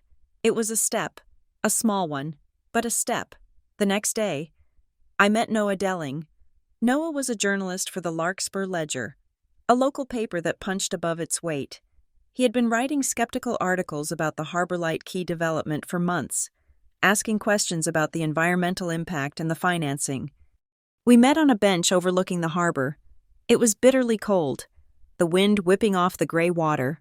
Noah was young, maybe 30, with a beard that looked like it was there for warmth rather than style. You are Bella Perez, he said, looking at me with undisguised curiosity. The exile. I am not an exile. I said, I am a citizen. He took out a notepad. So, what is the story? Daddy cut you off, and now you want to spill the family secrets? I have to tell you, I don't do gossip columns. I do financial crime. Good, I said, because I don't do gossip either. I reached into my bag and pulled out a plain manila folder. I didn't hand it to him. I just held it. I am not a source. Noah, I said, I am not going to give you a quote about how my father was mean to me. I'm not going to tell you about his temper or his mistress. Then why are we here? Because you wrote that the Harbor Light permits looked suspicious. I said, and I want to show you that you were right. But I am not giving you stolen documents. I am giving you public records that you didn't know where to look for. I opened the folder. This is the permit application filed with the town of Larkspur Bay. I said, pointing to the first page. Note the status. Pending. I turned the page. This is the investor update sent to the bondholders yesterday. It is available on the secured creditor portal. But technically, if you have a single share of the bond fund, which you can buy on the open market, you can access it. I pointed to the line. Permits? Secured. Noah looked at the two documents. His eyes narrowed. They are lying to the bondholders, he said. They are arbitraging the truth, I said. They are banking on the fact that the town clerk doesn't read the bond reports, and the bondholders don't visit the town hall. If I print this, Noah started. If you print this, I said, you need to be very careful. You cannot say I gave it to you. You have to say you obtained it through independent research. If you quote me, I will deny we ever met. Why? Noah asked. If you want to hurt him, why not put your name on it? Because if I put my name on it, it becomes a story about a daughter's revenge. I said, and my father can spin that. He can say I am crazy, but if the facts stand alone, if the permit number itself is the accusation, he cannot spin math. Noah looked at me for a long moment, then he smiled. You are not what I expected, he said. I expected a socialite. You are a shark. I am a compliance officer. I corrected. We are worse than sharks. We are boring. He took the folder. I will verify everything, he said. I will call the town. I will call the bond desk. Do that. I said, and Noah? Yeah? Look into the insurance. I said, the keyman policy. Just ask the question. I stood up and walked away. I didn't look back. I knew Noah would write the story. He was hungry, and unlike me, he had nothing to lose. My phone buzzed as I got into my car. It was Jordan Reese. Urgent. Secure line. I called him back using the encrypted app. Jordan? It is confirmed, he said. His voice was tight. I dug into the covenant structure. The acceleration clause is real. If the occupancy permit isn't filed and verified by January 15th, the interest rate doubles. But there is more. What is it? There is a clawback provision, Jordan said. If the lender suspects that the borrower provided materially false information to secure the loan, they can demand immediate repayment of the principal, all of it, $300 million, due in 24 hours. My God, I whispered. If Noah publishes the story about the fake permits, then the clawback triggers, Jordan said.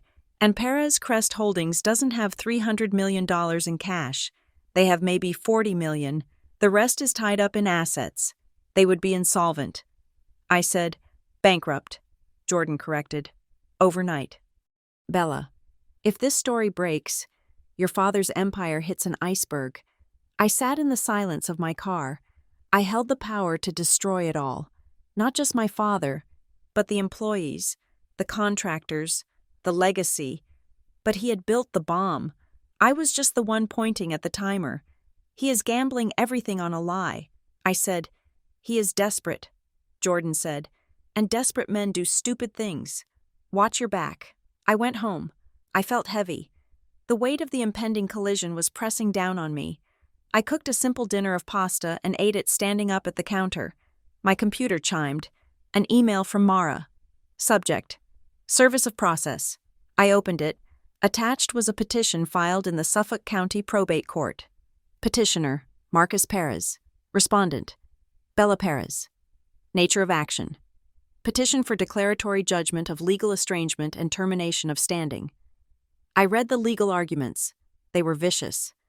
The petition claimed that I had demonstrated a pattern of hostile and erratic behavior.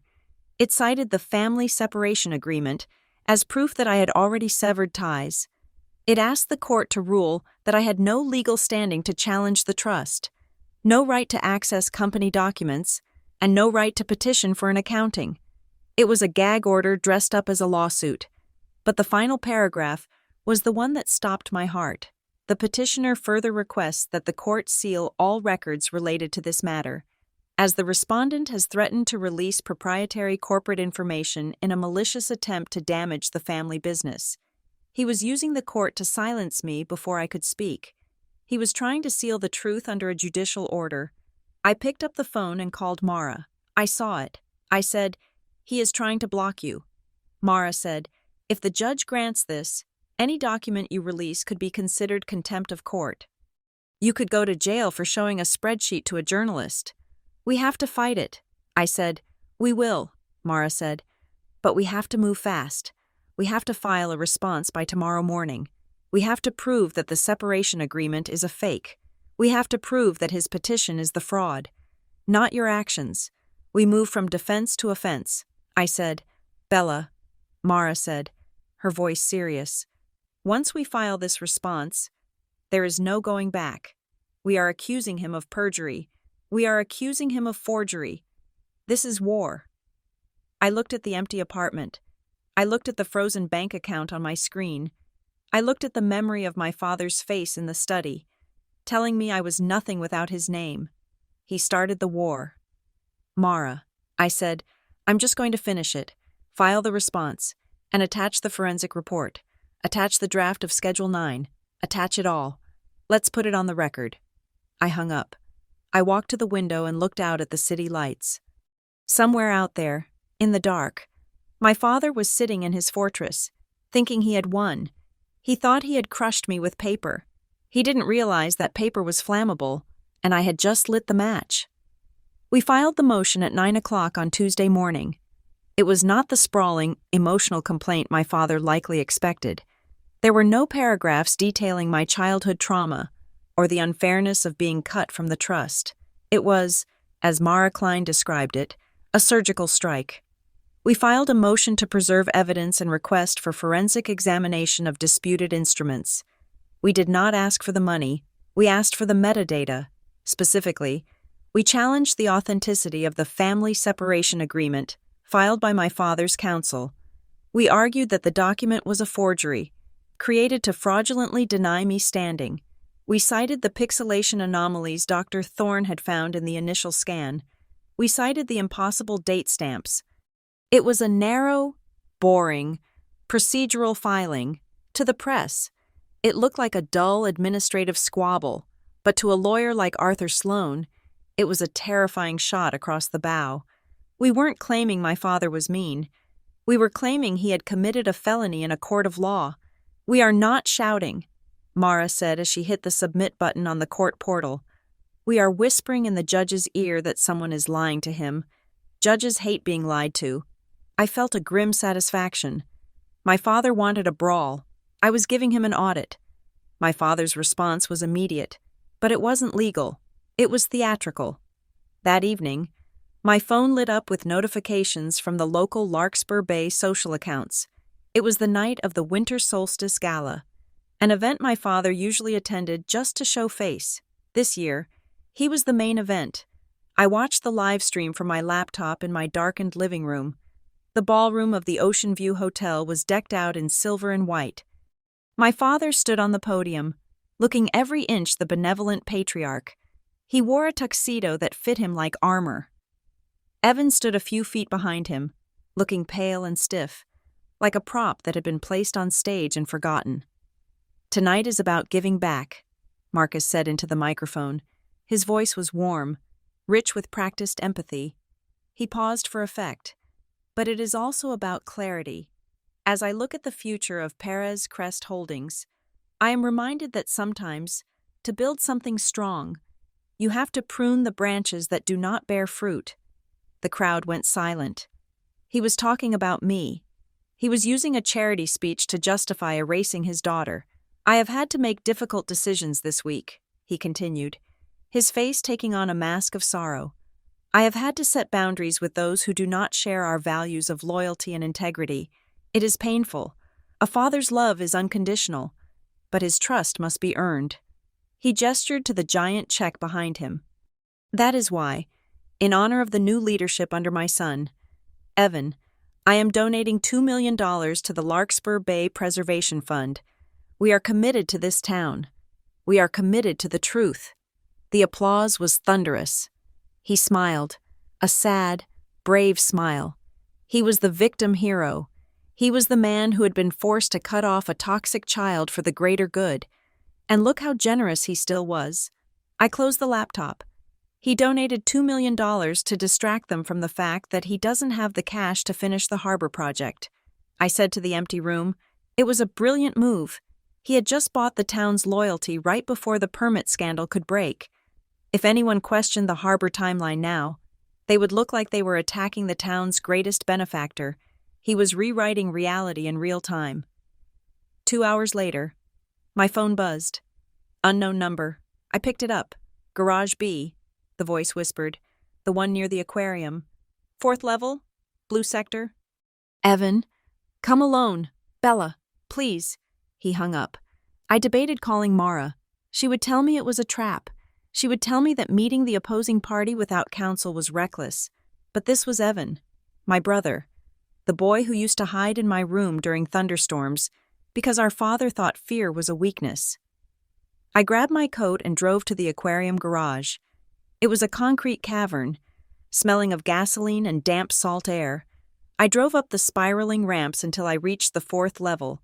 It was empty, save for a single black sedan parked in the far corner, near the shadows of a support pillar. I parked 3 spots away and got out. I kept the engine running, just in case. Evan stepped out of the sedan. He was wearing the same tuxedo from the gala, but the bow tie was undone, hanging loose around his neck. He looked exhausted. His eyes were rimmed with red, and his hands were twitching by his sides. "You shouldn't have come," he said. His voice echoed in the cold space. "You asked me to." I said, "I stayed near my car door." "He thinks you are working with the feds." Evan said, "He thinks you are trying to RICO the whole family." "I am not working with the feds.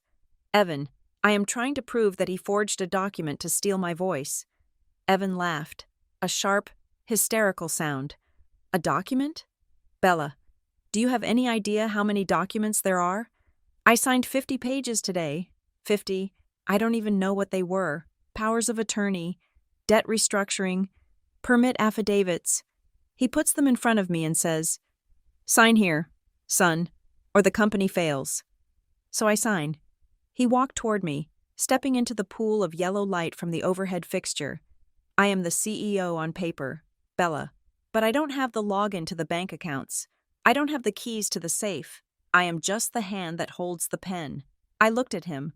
I saw the terror in his eyes. He wasn't a villain. He was a hostage.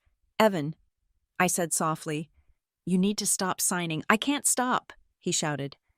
"If I stop, he says I am betraying him. He says I am just like you. And I saw what he did to you." He wiped his face with his hand. "He told me about the separation agreement." Evan said, "He told me you signed it 3 years ago. He looked me in the eye and swore it was real. He said you were greedy." "And do you believe him?" I asked. Evan looked at the ground. He kicked at a grease stain on the concrete. "I don't know what is real anymore," he whispered. "But I know this. Tonight, at the gala, while he was giving that speech, Arthur Sloan was in the back room, shredding things. I heard the machine.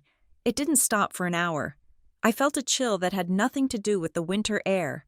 He is destroying the evidence." I said. Evan looked up at me. "He is scared of you, Bella. I have never seen him scared. But he is terrified of what you know." He reached into his jacket pocket. I flinched, instinctively stepping back. Evan froze. He pulled his hand out slowly. He was holding a flash drive. "I shouldn't give you this," he said. "What is it?" "It is the raw data from the Harbor Light project," he said. "The engineering reports, the real ones, not the ones we sent to the town. I stole it from Sterling's desk." "Why?" I asked. "Why help me?" "Because if the building falls down," Evan said, his voice breaking, "if people get hurt, it is my name on the permit, not his, mine. I will go to jail. Bella." He set it up so I am the one who takes the fall. He tossed the drive to me. I caught it. It was small, silver, and cold. "Read what you signed." "Evan," I said, "get a lawyer. A criminal lawyer." "I can't," he whispered. "He is my father. He is your employer." I said, "And right now, he is your liability." Evan looked at me one last time. There was a profound sadness in his face, the look of a child who realizes for the first time that his parents are not gods, but monsters. "Run, Bella," he said. "Just run." He got back into his black sedan and sped away, his tires squealing on the concrete. I stood there alone in the garage, clutching the silver drive. The next morning, Dr. Thorne called us back to his basement lab. "I have found the seam," he said without preamble. He pulled up the digital image of the separation agreement on his monitor. He had applied a series of filters that turned the white paper into a landscape of gray noise. "Look at the signature block," he said. I leaned in. Around my signature, there was a faint, rectangular halo. It was lighter than the surrounding background. "That is a cropping artifact," Thorne explained.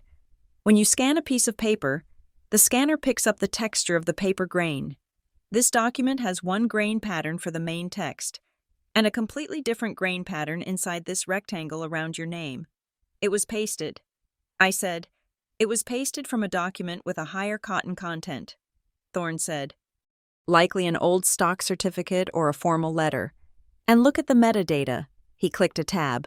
"The file claims it was created 3 years ago, but deep in the hex code of the PDF structure, there is a tag for the software version used to compile it, Adobe Acrobat Pro version 23. Version 23 wasn't released until last year." I said, "Exactly," Thorne said. "This document is a time traveler. It claims to be from 2020, but it was built with tools from 2024. It is a Frankenstein monster." "This is it," Mara said. Her eyes were sharp. "This is proof of fraud on the court. We can get the petition dismissed. We can get Arthur Sloan disbarred." "No," I said. I stared at the screen. The evidence was undeniable. My father, the great Marcus Perez, had resorted to cut-and-paste forgery. It was pathetic. It was sloppy. If we use this to dismiss the petition, he will just file another one. I said, "He will delay. He will find another angle." "Then what do we do?" Mara asked. "We use it to trigger the nuclear option." I said, "The gift." While we were strategizing, Noah Delling dropped his article. It appeared on the homepage of the Larkspur Ledger at noon. The headline was understated, almost boring. "Permit discrepancies, raise questions about Harbor Light Key timeline." Noah had kept his promise. He didn't quote me. He didn't mention the family drama. He simply laid out the 2 documents side by side, the town's pending status and the investor report's secured status. He asked a simple question. Why is Perez Crest Holdings telling its lenders that the project is complete, while telling the town of Larkspur Bay that construction is ongoing? It wasn't an accusation, it was an inquiry, but in the world of high finance, a question is deadlier than an insult. Within an hour, the bond yield on Perez Crest debt ticked up. Just a fraction. A warning shot.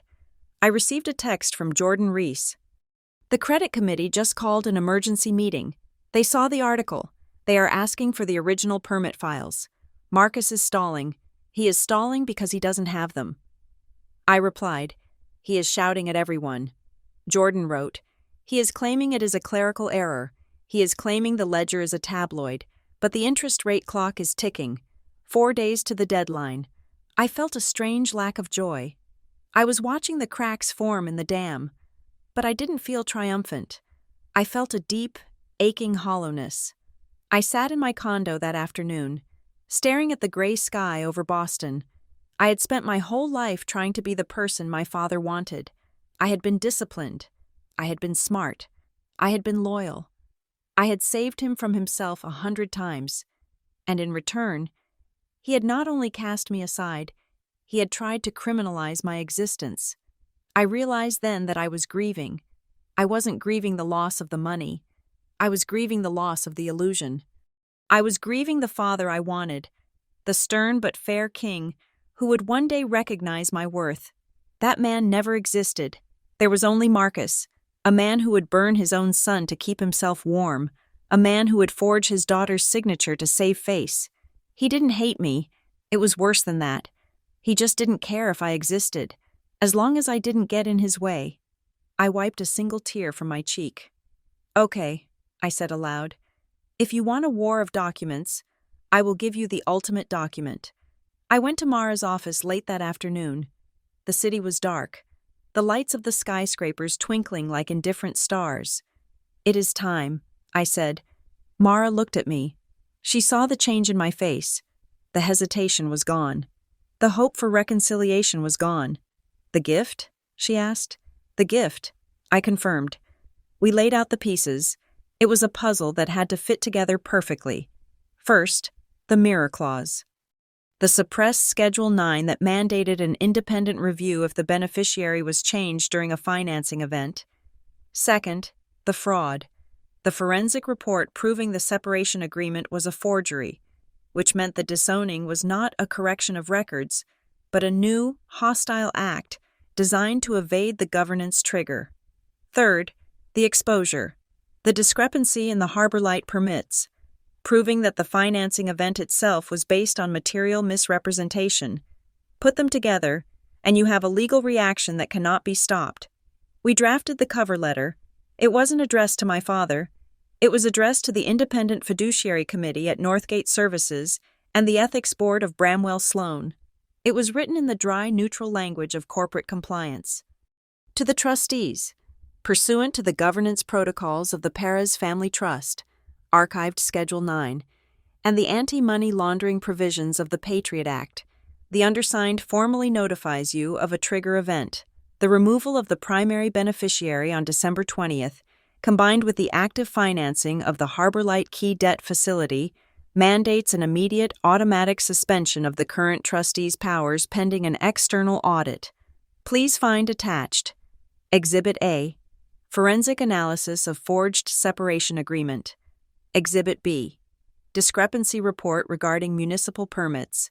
Exhibit C, Affidavit of Intent regarding Schedule 9. This notice is irrevocable and has been simultaneously filed with the state banking regulator. It was a trap. Once this packet was delivered, Northgate Fiduciary Services would have no choice. They would be legally obligated to freeze the trust. They would have to step in and seize control of the company's voting shares to protect the assets. My father wouldn't be sued. He would be suspended. He would be locked out of his own accounts by the very system he thought he controlled. It is beautiful, Mara said, reading the final draft. It is a self-cleaning oven. You trigger it, and the system scrubs him out. When do we send it? I asked. Tomorrow morning, Mara said. By courier. Receipt requested. My phone rang. I looked at the screen. Dad. I stared at it. He hadn't called me since the night of the party. He had spoken to me through lawyers, through press releases, through silence. I answered. Hello. Marcus? Bella. His voice was calm. Surprisingly calm. It lacked the manic edge Evan had described. It sounded like the old dad, the one who taught me how to sail. I am sitting here looking at the harbor, he said. It is beautiful tonight. The lights are reflecting on the ice. What do you want? Dad? I want to stop this, he said. Stop what? The bleeding? The noise? I saw the article. Bella, I know you gave it to him. I didn't confirm or deny. You have made your point.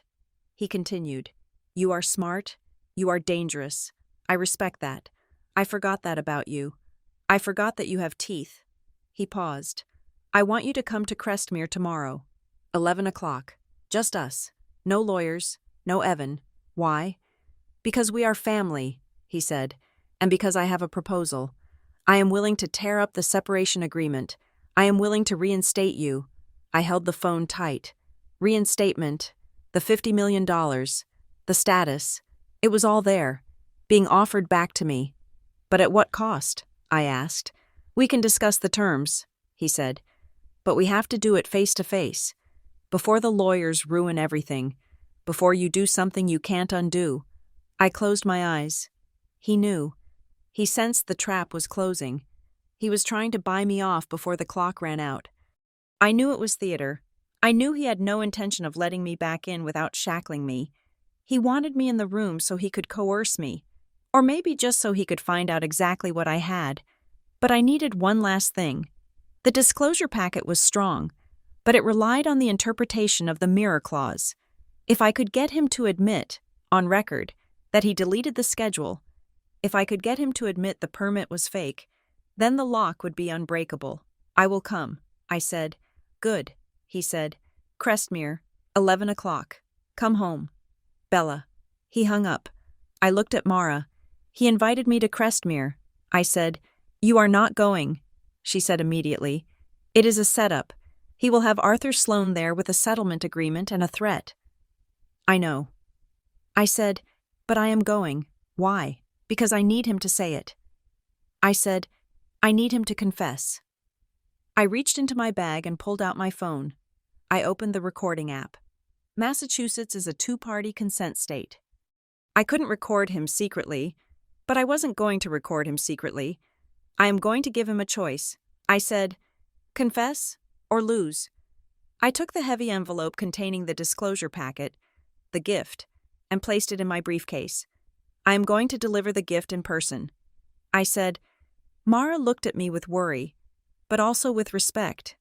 Be careful, Bella. He is not a businessman anymore. He is a cornered animal. I snapped the briefcase shut. So am I. The drive to Larkspur Bay the next morning was bright and cold. The sun glared off the snowbanks. I parked in the circular driveway of Crestmere House. The house loomed over me, just as it had on the night of the party, but it didn't look like a fortress anymore. It looked like a tomb. I walked up the steps. I didn't knock. I still had my key. I opened the heavy oak doors and stepped into the foyer. It was silent. The servants were gone. The house felt abandoned. Dad? I called out. In the study. His voice echoed. I walked down the hallway. The door to the study was open. Marcus was sitting behind his desk, but he wasn't alone. Evan was there, sitting in a corner chair, looking like he was about to vomit, and standing by the window was Arthur Sloane. So much for just us, I said, standing in the doorway. Marcus smiled. It was a thin, brittle smile. I needed witnesses. Bella, this is a formal meeting. He gestured to the chair opposite him, the same chair I had sat in when he disowned me. Sit down, he said. Let's make a deal. I didn't sit. I placed my briefcase on the floor. I stood tall. I am listening. I said, but I wasn't just listening. I was waiting. I was waiting for the moment to spring the trap. I looked at Evan. I looked at Arthur. I looked at my father. And I smiled. Because they thought they were negotiating a surrender. They didn't know I had brought the execution order with me. The air in the study was stagnant, smelling of old leather and the lingering, metallic scent of Arthur Sloane's cologne.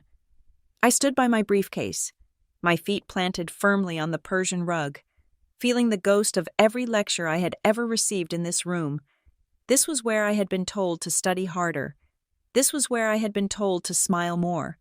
This was where I had been told I was nothing. I looked at the three men, my father, Marcus, sat behind the desk like a judge. Arthur Sloane stood by the window, checking his watch, radiating the nervous energy of a lawyer who knew his billing hours were about to become evidence. And Evan sat in the corner, slumped in a wingback chair, looking less like an executive and more like a prisoner of war. I had a rule for this meeting. I had rehearsed it with Mara in the car on the way here. No shouting, no begging, no threats. I would not give them a single soundbite of emotion that they could use to paint me as the unstable daughter. I was a compliance officer conducting a site visit, nothing more. Thank you for coming, Marcus said. He gestured again to the empty chair. Please, sit. We have a lot to get through. I prefer to stand. I said, Marcus sighed. A performance of weary patience. Suit yourself, he said. He folded his hands on the desk. You have caused quite a stir. Bella, the article in the Ledger, the filings in court. You have made a lot of noise for someone who claims to value discretion. I value accuracy. I said, the article asked a question about permit numbers. It didn't make an accusation. It implied incompetence. Arthur Sloane snapped from the window. He took a step toward me. It implied that this firm is misleading its investors. Do you have any idea the damage you are causing to the stock price? I looked at Arthur. I kept my face blank. If the stock price is damaged by the truth, Arthur, then the stock price was inflated to begin with. Marcus held up a hand. Arthur, enough. He turned his gaze back to me. His eyes were softer now, pleading. Bella, look at us. We are tearing each other apart. And for what? Money? Pride? I don't want to fight you. I am your father. I raised you. I paid for your first apartment. I held your hand when you broke your arm in the 4th grade. He opened a leather folder on his desk. I want to make peace, he said. I have had Arthur draw up a new trust instrument. We call it the Reconciliation Trust. He slid a paper across the desk. I didn't move to pick it up. It provides you with a stipend. Marcus said, $10,000 a month, for life. Plus, I will pay off the mortgage on your condo in Boston. You will be safe. You will be secure. You will never have to work another day in your life. I looked at the paper. It was a bribe. A small, insulting bribe. $10,000 a month was less than what he paid his driver. But it wasn't the amount that mattered. It was the structure. And the conditions? I asked. Standard, Arthur said quickly. You withdraw your court filings with prejudice. You sign a non-disclosure agreement regarding all company operations, and you agree to a non-disparagement clause that carries a liquidated damages penalty of $1 million per infraction. Per infraction, I repeated. So if I tell a friend that my father is difficult, I owe you $1 million. It is just protection, Marcus said soothingly. We just need to know that this ends today, that you will stop digging, that you will let Evan and me run the company in peace. I looked at Evan. He was staring at the floor, picking at a loose thread on the arm of the chair. Evan, I said, do you think I should sign this? Evan looked up. His eyes darted to Marcus, then back to me. I don't know, he stammered. It seems like a lot of money. Bella, you would be safe. I turned back to Marcus. I am not looking for safety. Dad, I am looking for integrity. I stepped forward and placed my hands on the back of the empty chair. I will not sign your NDA. I said, I will not withdraw my filings, and I will not take your allowance. Marcus's face changed. The tenderness evaporated like mist on a hot road. The lines around his mouth deepened into a snarl. You are a fool, he said. His voice dropped an octave. You think you have leverage? You have nothing. You are a single woman with a frozen bank account and a cheap lawyer. I am Perez Crest Holdings. I can keep you in court for 10 years. I can bleed you until you are selling that condo just to pay for groceries. He stood up, leaning over the desk. You are a nobody without my name. Bella, he shouted. Everything you are, I built. Your education, my money, your career, my network, your confidence, my reflection. Without me, you are just a bitter secretary with a law degree. I didn't flinch. I let the words hit me. They were designed to hurt, but they felt surprisingly light. They were the words of a man who thought power came from ownership. I waited for the echo of his shout to die down. I have a question. Marcus, I said. He blinked, thrown off by my calm. What? Why November 28th? He stared at me. What are you talking about? The trust amendment. I said, you filed the amendment to remove me as a beneficiary on November 28th. That was 3 days before the Harbor Light Key bond issuance closed. I paused. I let the silence stretch. Why did you need me out of the trust 3 days before you took on $300 million in new debt? Marcus didn't answer. He looked at Arthur. Arthur looked at his shoes. It was a coincidence. Marcus said, No. I said, It wasn't. You knew that under the old rules, the rules in Schedule 9, the bond issuance would trigger an automatic audit if I was still the beneficiary. So you had to remove me. But in removing me, you triggered the very review you were trying to avoid. I didn't trigger anything. Marcus slammed his hand on the desk. I am the trustee. I decide what is triggered. Evan stood up. Dad? He asked. His voice was small. Sit down. Evan? Marcus barked without looking at him. No, Evan said. He took a step toward the desk. Dad, did we move the date? Marcus whipped his head around. What did you say? The bond prospectus, Evan said, his hands shaking. I signed it. It said that there were no pending changes to the governance structure. But if you changed Bella's status 3 days before, that is a material change. That is perjury. He looked at Arthur. Arthur, did I sign a lie? Arthur Sloane pulled a handkerchief from his pocket and wiped his forehead. Evan, these are complex matters. You rely on counsel to prepare the documents.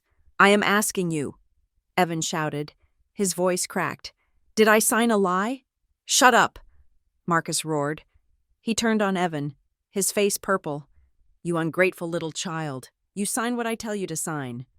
You are not the CEO. You are a suit. I put you there because you are supposed to look good and keep your mouth shut." Evan recoiled as if he had been slapped. He fell back into the chair, his face crumbling. I watched them. The veil was gone. The myth of the happy family, the legacy, the partnership, it was all ash. I opened my briefcase. I pulled out the heavy manila envelope.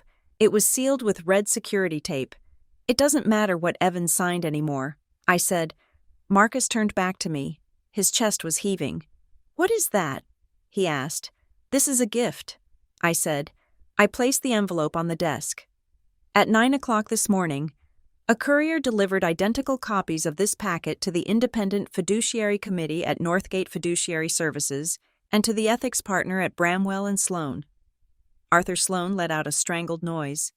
"You sent it to my ethics partner?" "I did." I said, "It contains a formal notice of governance failure. It details the suppression of Schedule 9. It details the forgery of the separation agreement. And it details the discrepancy in the Harbor Light permits." Marcus looked at the envelope. He looked like he wanted to set it on fire. "You are bluffing," he said. "Northgate hasn't called. They will." I said, "Under the terms of the mirror clause, which I attached, they are legally required to open an immediate investigation. They have to freeze the trust assets to protect the bondholders." Marcus laughed. It was a dry, hacking sound. "You think a few letters will stop me? I will fire Northgate. I will hire a new trustee. I will bury this in litigation so deep you will never see the sun." I waited for him to finish laughing. "I know you will try. Marcus, that is why I added the escalation ladder." The laughter stopped. "The what?" he asked. "The packet is structured as a conditional release." I explained. "I have given Northgate and your lawyers a strict instruction. If they receive notice that any retaliation has been taken against me, if you sue me, if you harass me, if my credit remains frozen, or if you try to manufacture false charges against me, the packet automatically releases to the second tier." "And who is the second tier?" Arthur whispered. "The compliance division of Ironwood Capital." I said, "Your lenders, and the whistleblower office of the SEC." The room went dead silent. "You wouldn't," Marcus whispered. "It is already done," I said. "The instruction is irrevocable. It is a dead man's switch. As long as I am safe, and as long as the truth is on the record with the trustee, the lenders and the feds stay out of it. We keep it in the family. We keep it private." I leaned in. "But if you come after me, Marcus, if you try to destroy me like you threatened, then the whole world finds out. Ironwood will call the loan. The SEC will raid your office. The stock will go to zero." I looked him in the eye. "You wanted control? I am giving it to you. You control my safety now, because my safety is the only thing standing between you and prison." Marcus sank into his chair. He looked suddenly small. The tuxedo jacket seemed to swallow him. He looked at Arthur, but Arthur was staring at the floor, realizing his career was hanging by a thread. He looked at Evan, but Evan was covering his face with his hands. For the first time in my life, I saw fear in my father's eyes. Not the fear of losing money. He had lost money before, but the fear of losing the narrative. He couldn't spin this. He couldn't charm it away. I had bound him with his own red tape. He looked at the envelope. He reached out a trembling hand and touched it. "Bella," he said. His voice was a rasp. "Yes. We can fix this." "There is nothing to fix," I said. "It is filed." "No. I mean, the company. Harbor Light." He looked up at me. His eyes were desperate. "The wall," he said. "The drainage wall. It really is failing. We didn't fix it. We just covered it up. If we don't reinforce it within 2 months, the saltwater intrusion will corrode the foundation." I stood still. He was admitting it. "I need you," he said. He sounded like he was choking on the words. "Evan can't handle this. Arthur is useless. You are the only one who knows the regulations. You are the only one who knows how to navigate the zoning board." He stood up slowly. He walked around the desk. "Come back," he said. "I will reinstate you. Full inheritance. I will give you a seat on the board. I will fire Arthur. I will give you everything you ever wanted. Just help me make this go away. Help me manage the audit. Help me save the legacy." I looked at him. He was offering me the kingdom. He was offering me the validation I had spent 33 years begging for. He was admitting I was the smart one, the capable one, the necessary one.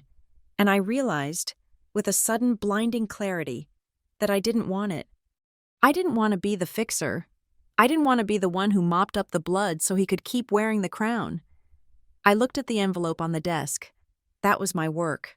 That was my integrity. "You still don't get it, do you?" I asked softly. "Get what?" he pleaded.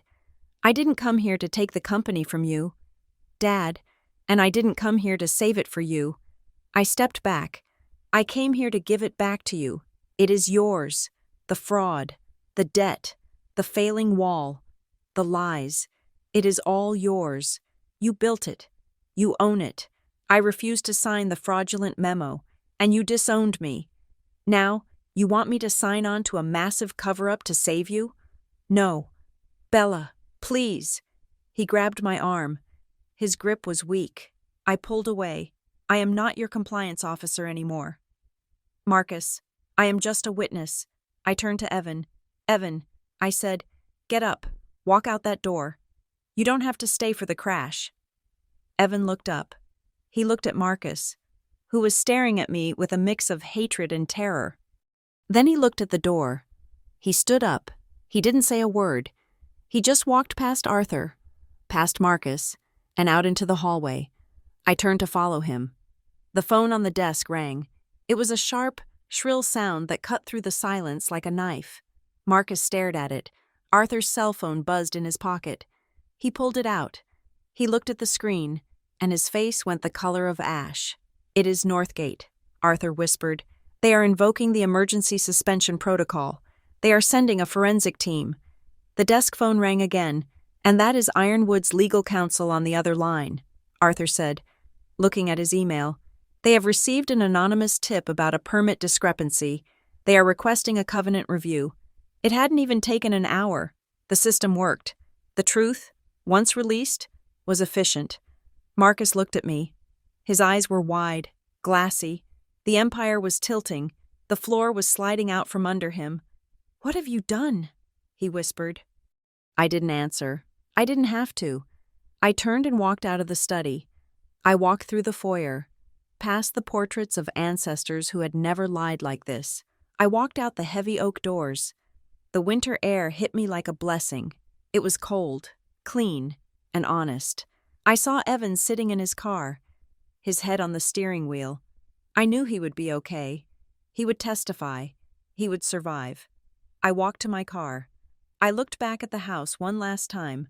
I saw the silhouette of my father standing in the window, holding the phone, shouting at someone who could no longer save him. He had a choice now. He could confess, cooperate, and maybe save some scrap of his dignity, or he could fight, lie, and burn it all to the ground. I knew which one he would choose, but it didn't matter anymore. I wasn't waiting to see who won. I got into my car, put it in drive, and turned onto the road that led back to Boston. I didn't turn on the radio. I just listened to the sound of the tires on the pavement, a steady, rhythmic hum that sounded exactly like freedom. Thank you so much for listening to Bella's story. It is a heavy journey, but I hope it showed that sometimes the sharpest weapon isn't a sword, but the truth. I would love to know where you are listening from. Please drop your city or country in the comments below. If you enjoyed this story, please make sure to subscribe to Revenge Stories for more tales of justice and retribution. And tell me in the comments, do you think Marcus will confess, or will he fight to the bitter end? I can't wait to read your thoughts. Stay safe, and see you in the next story.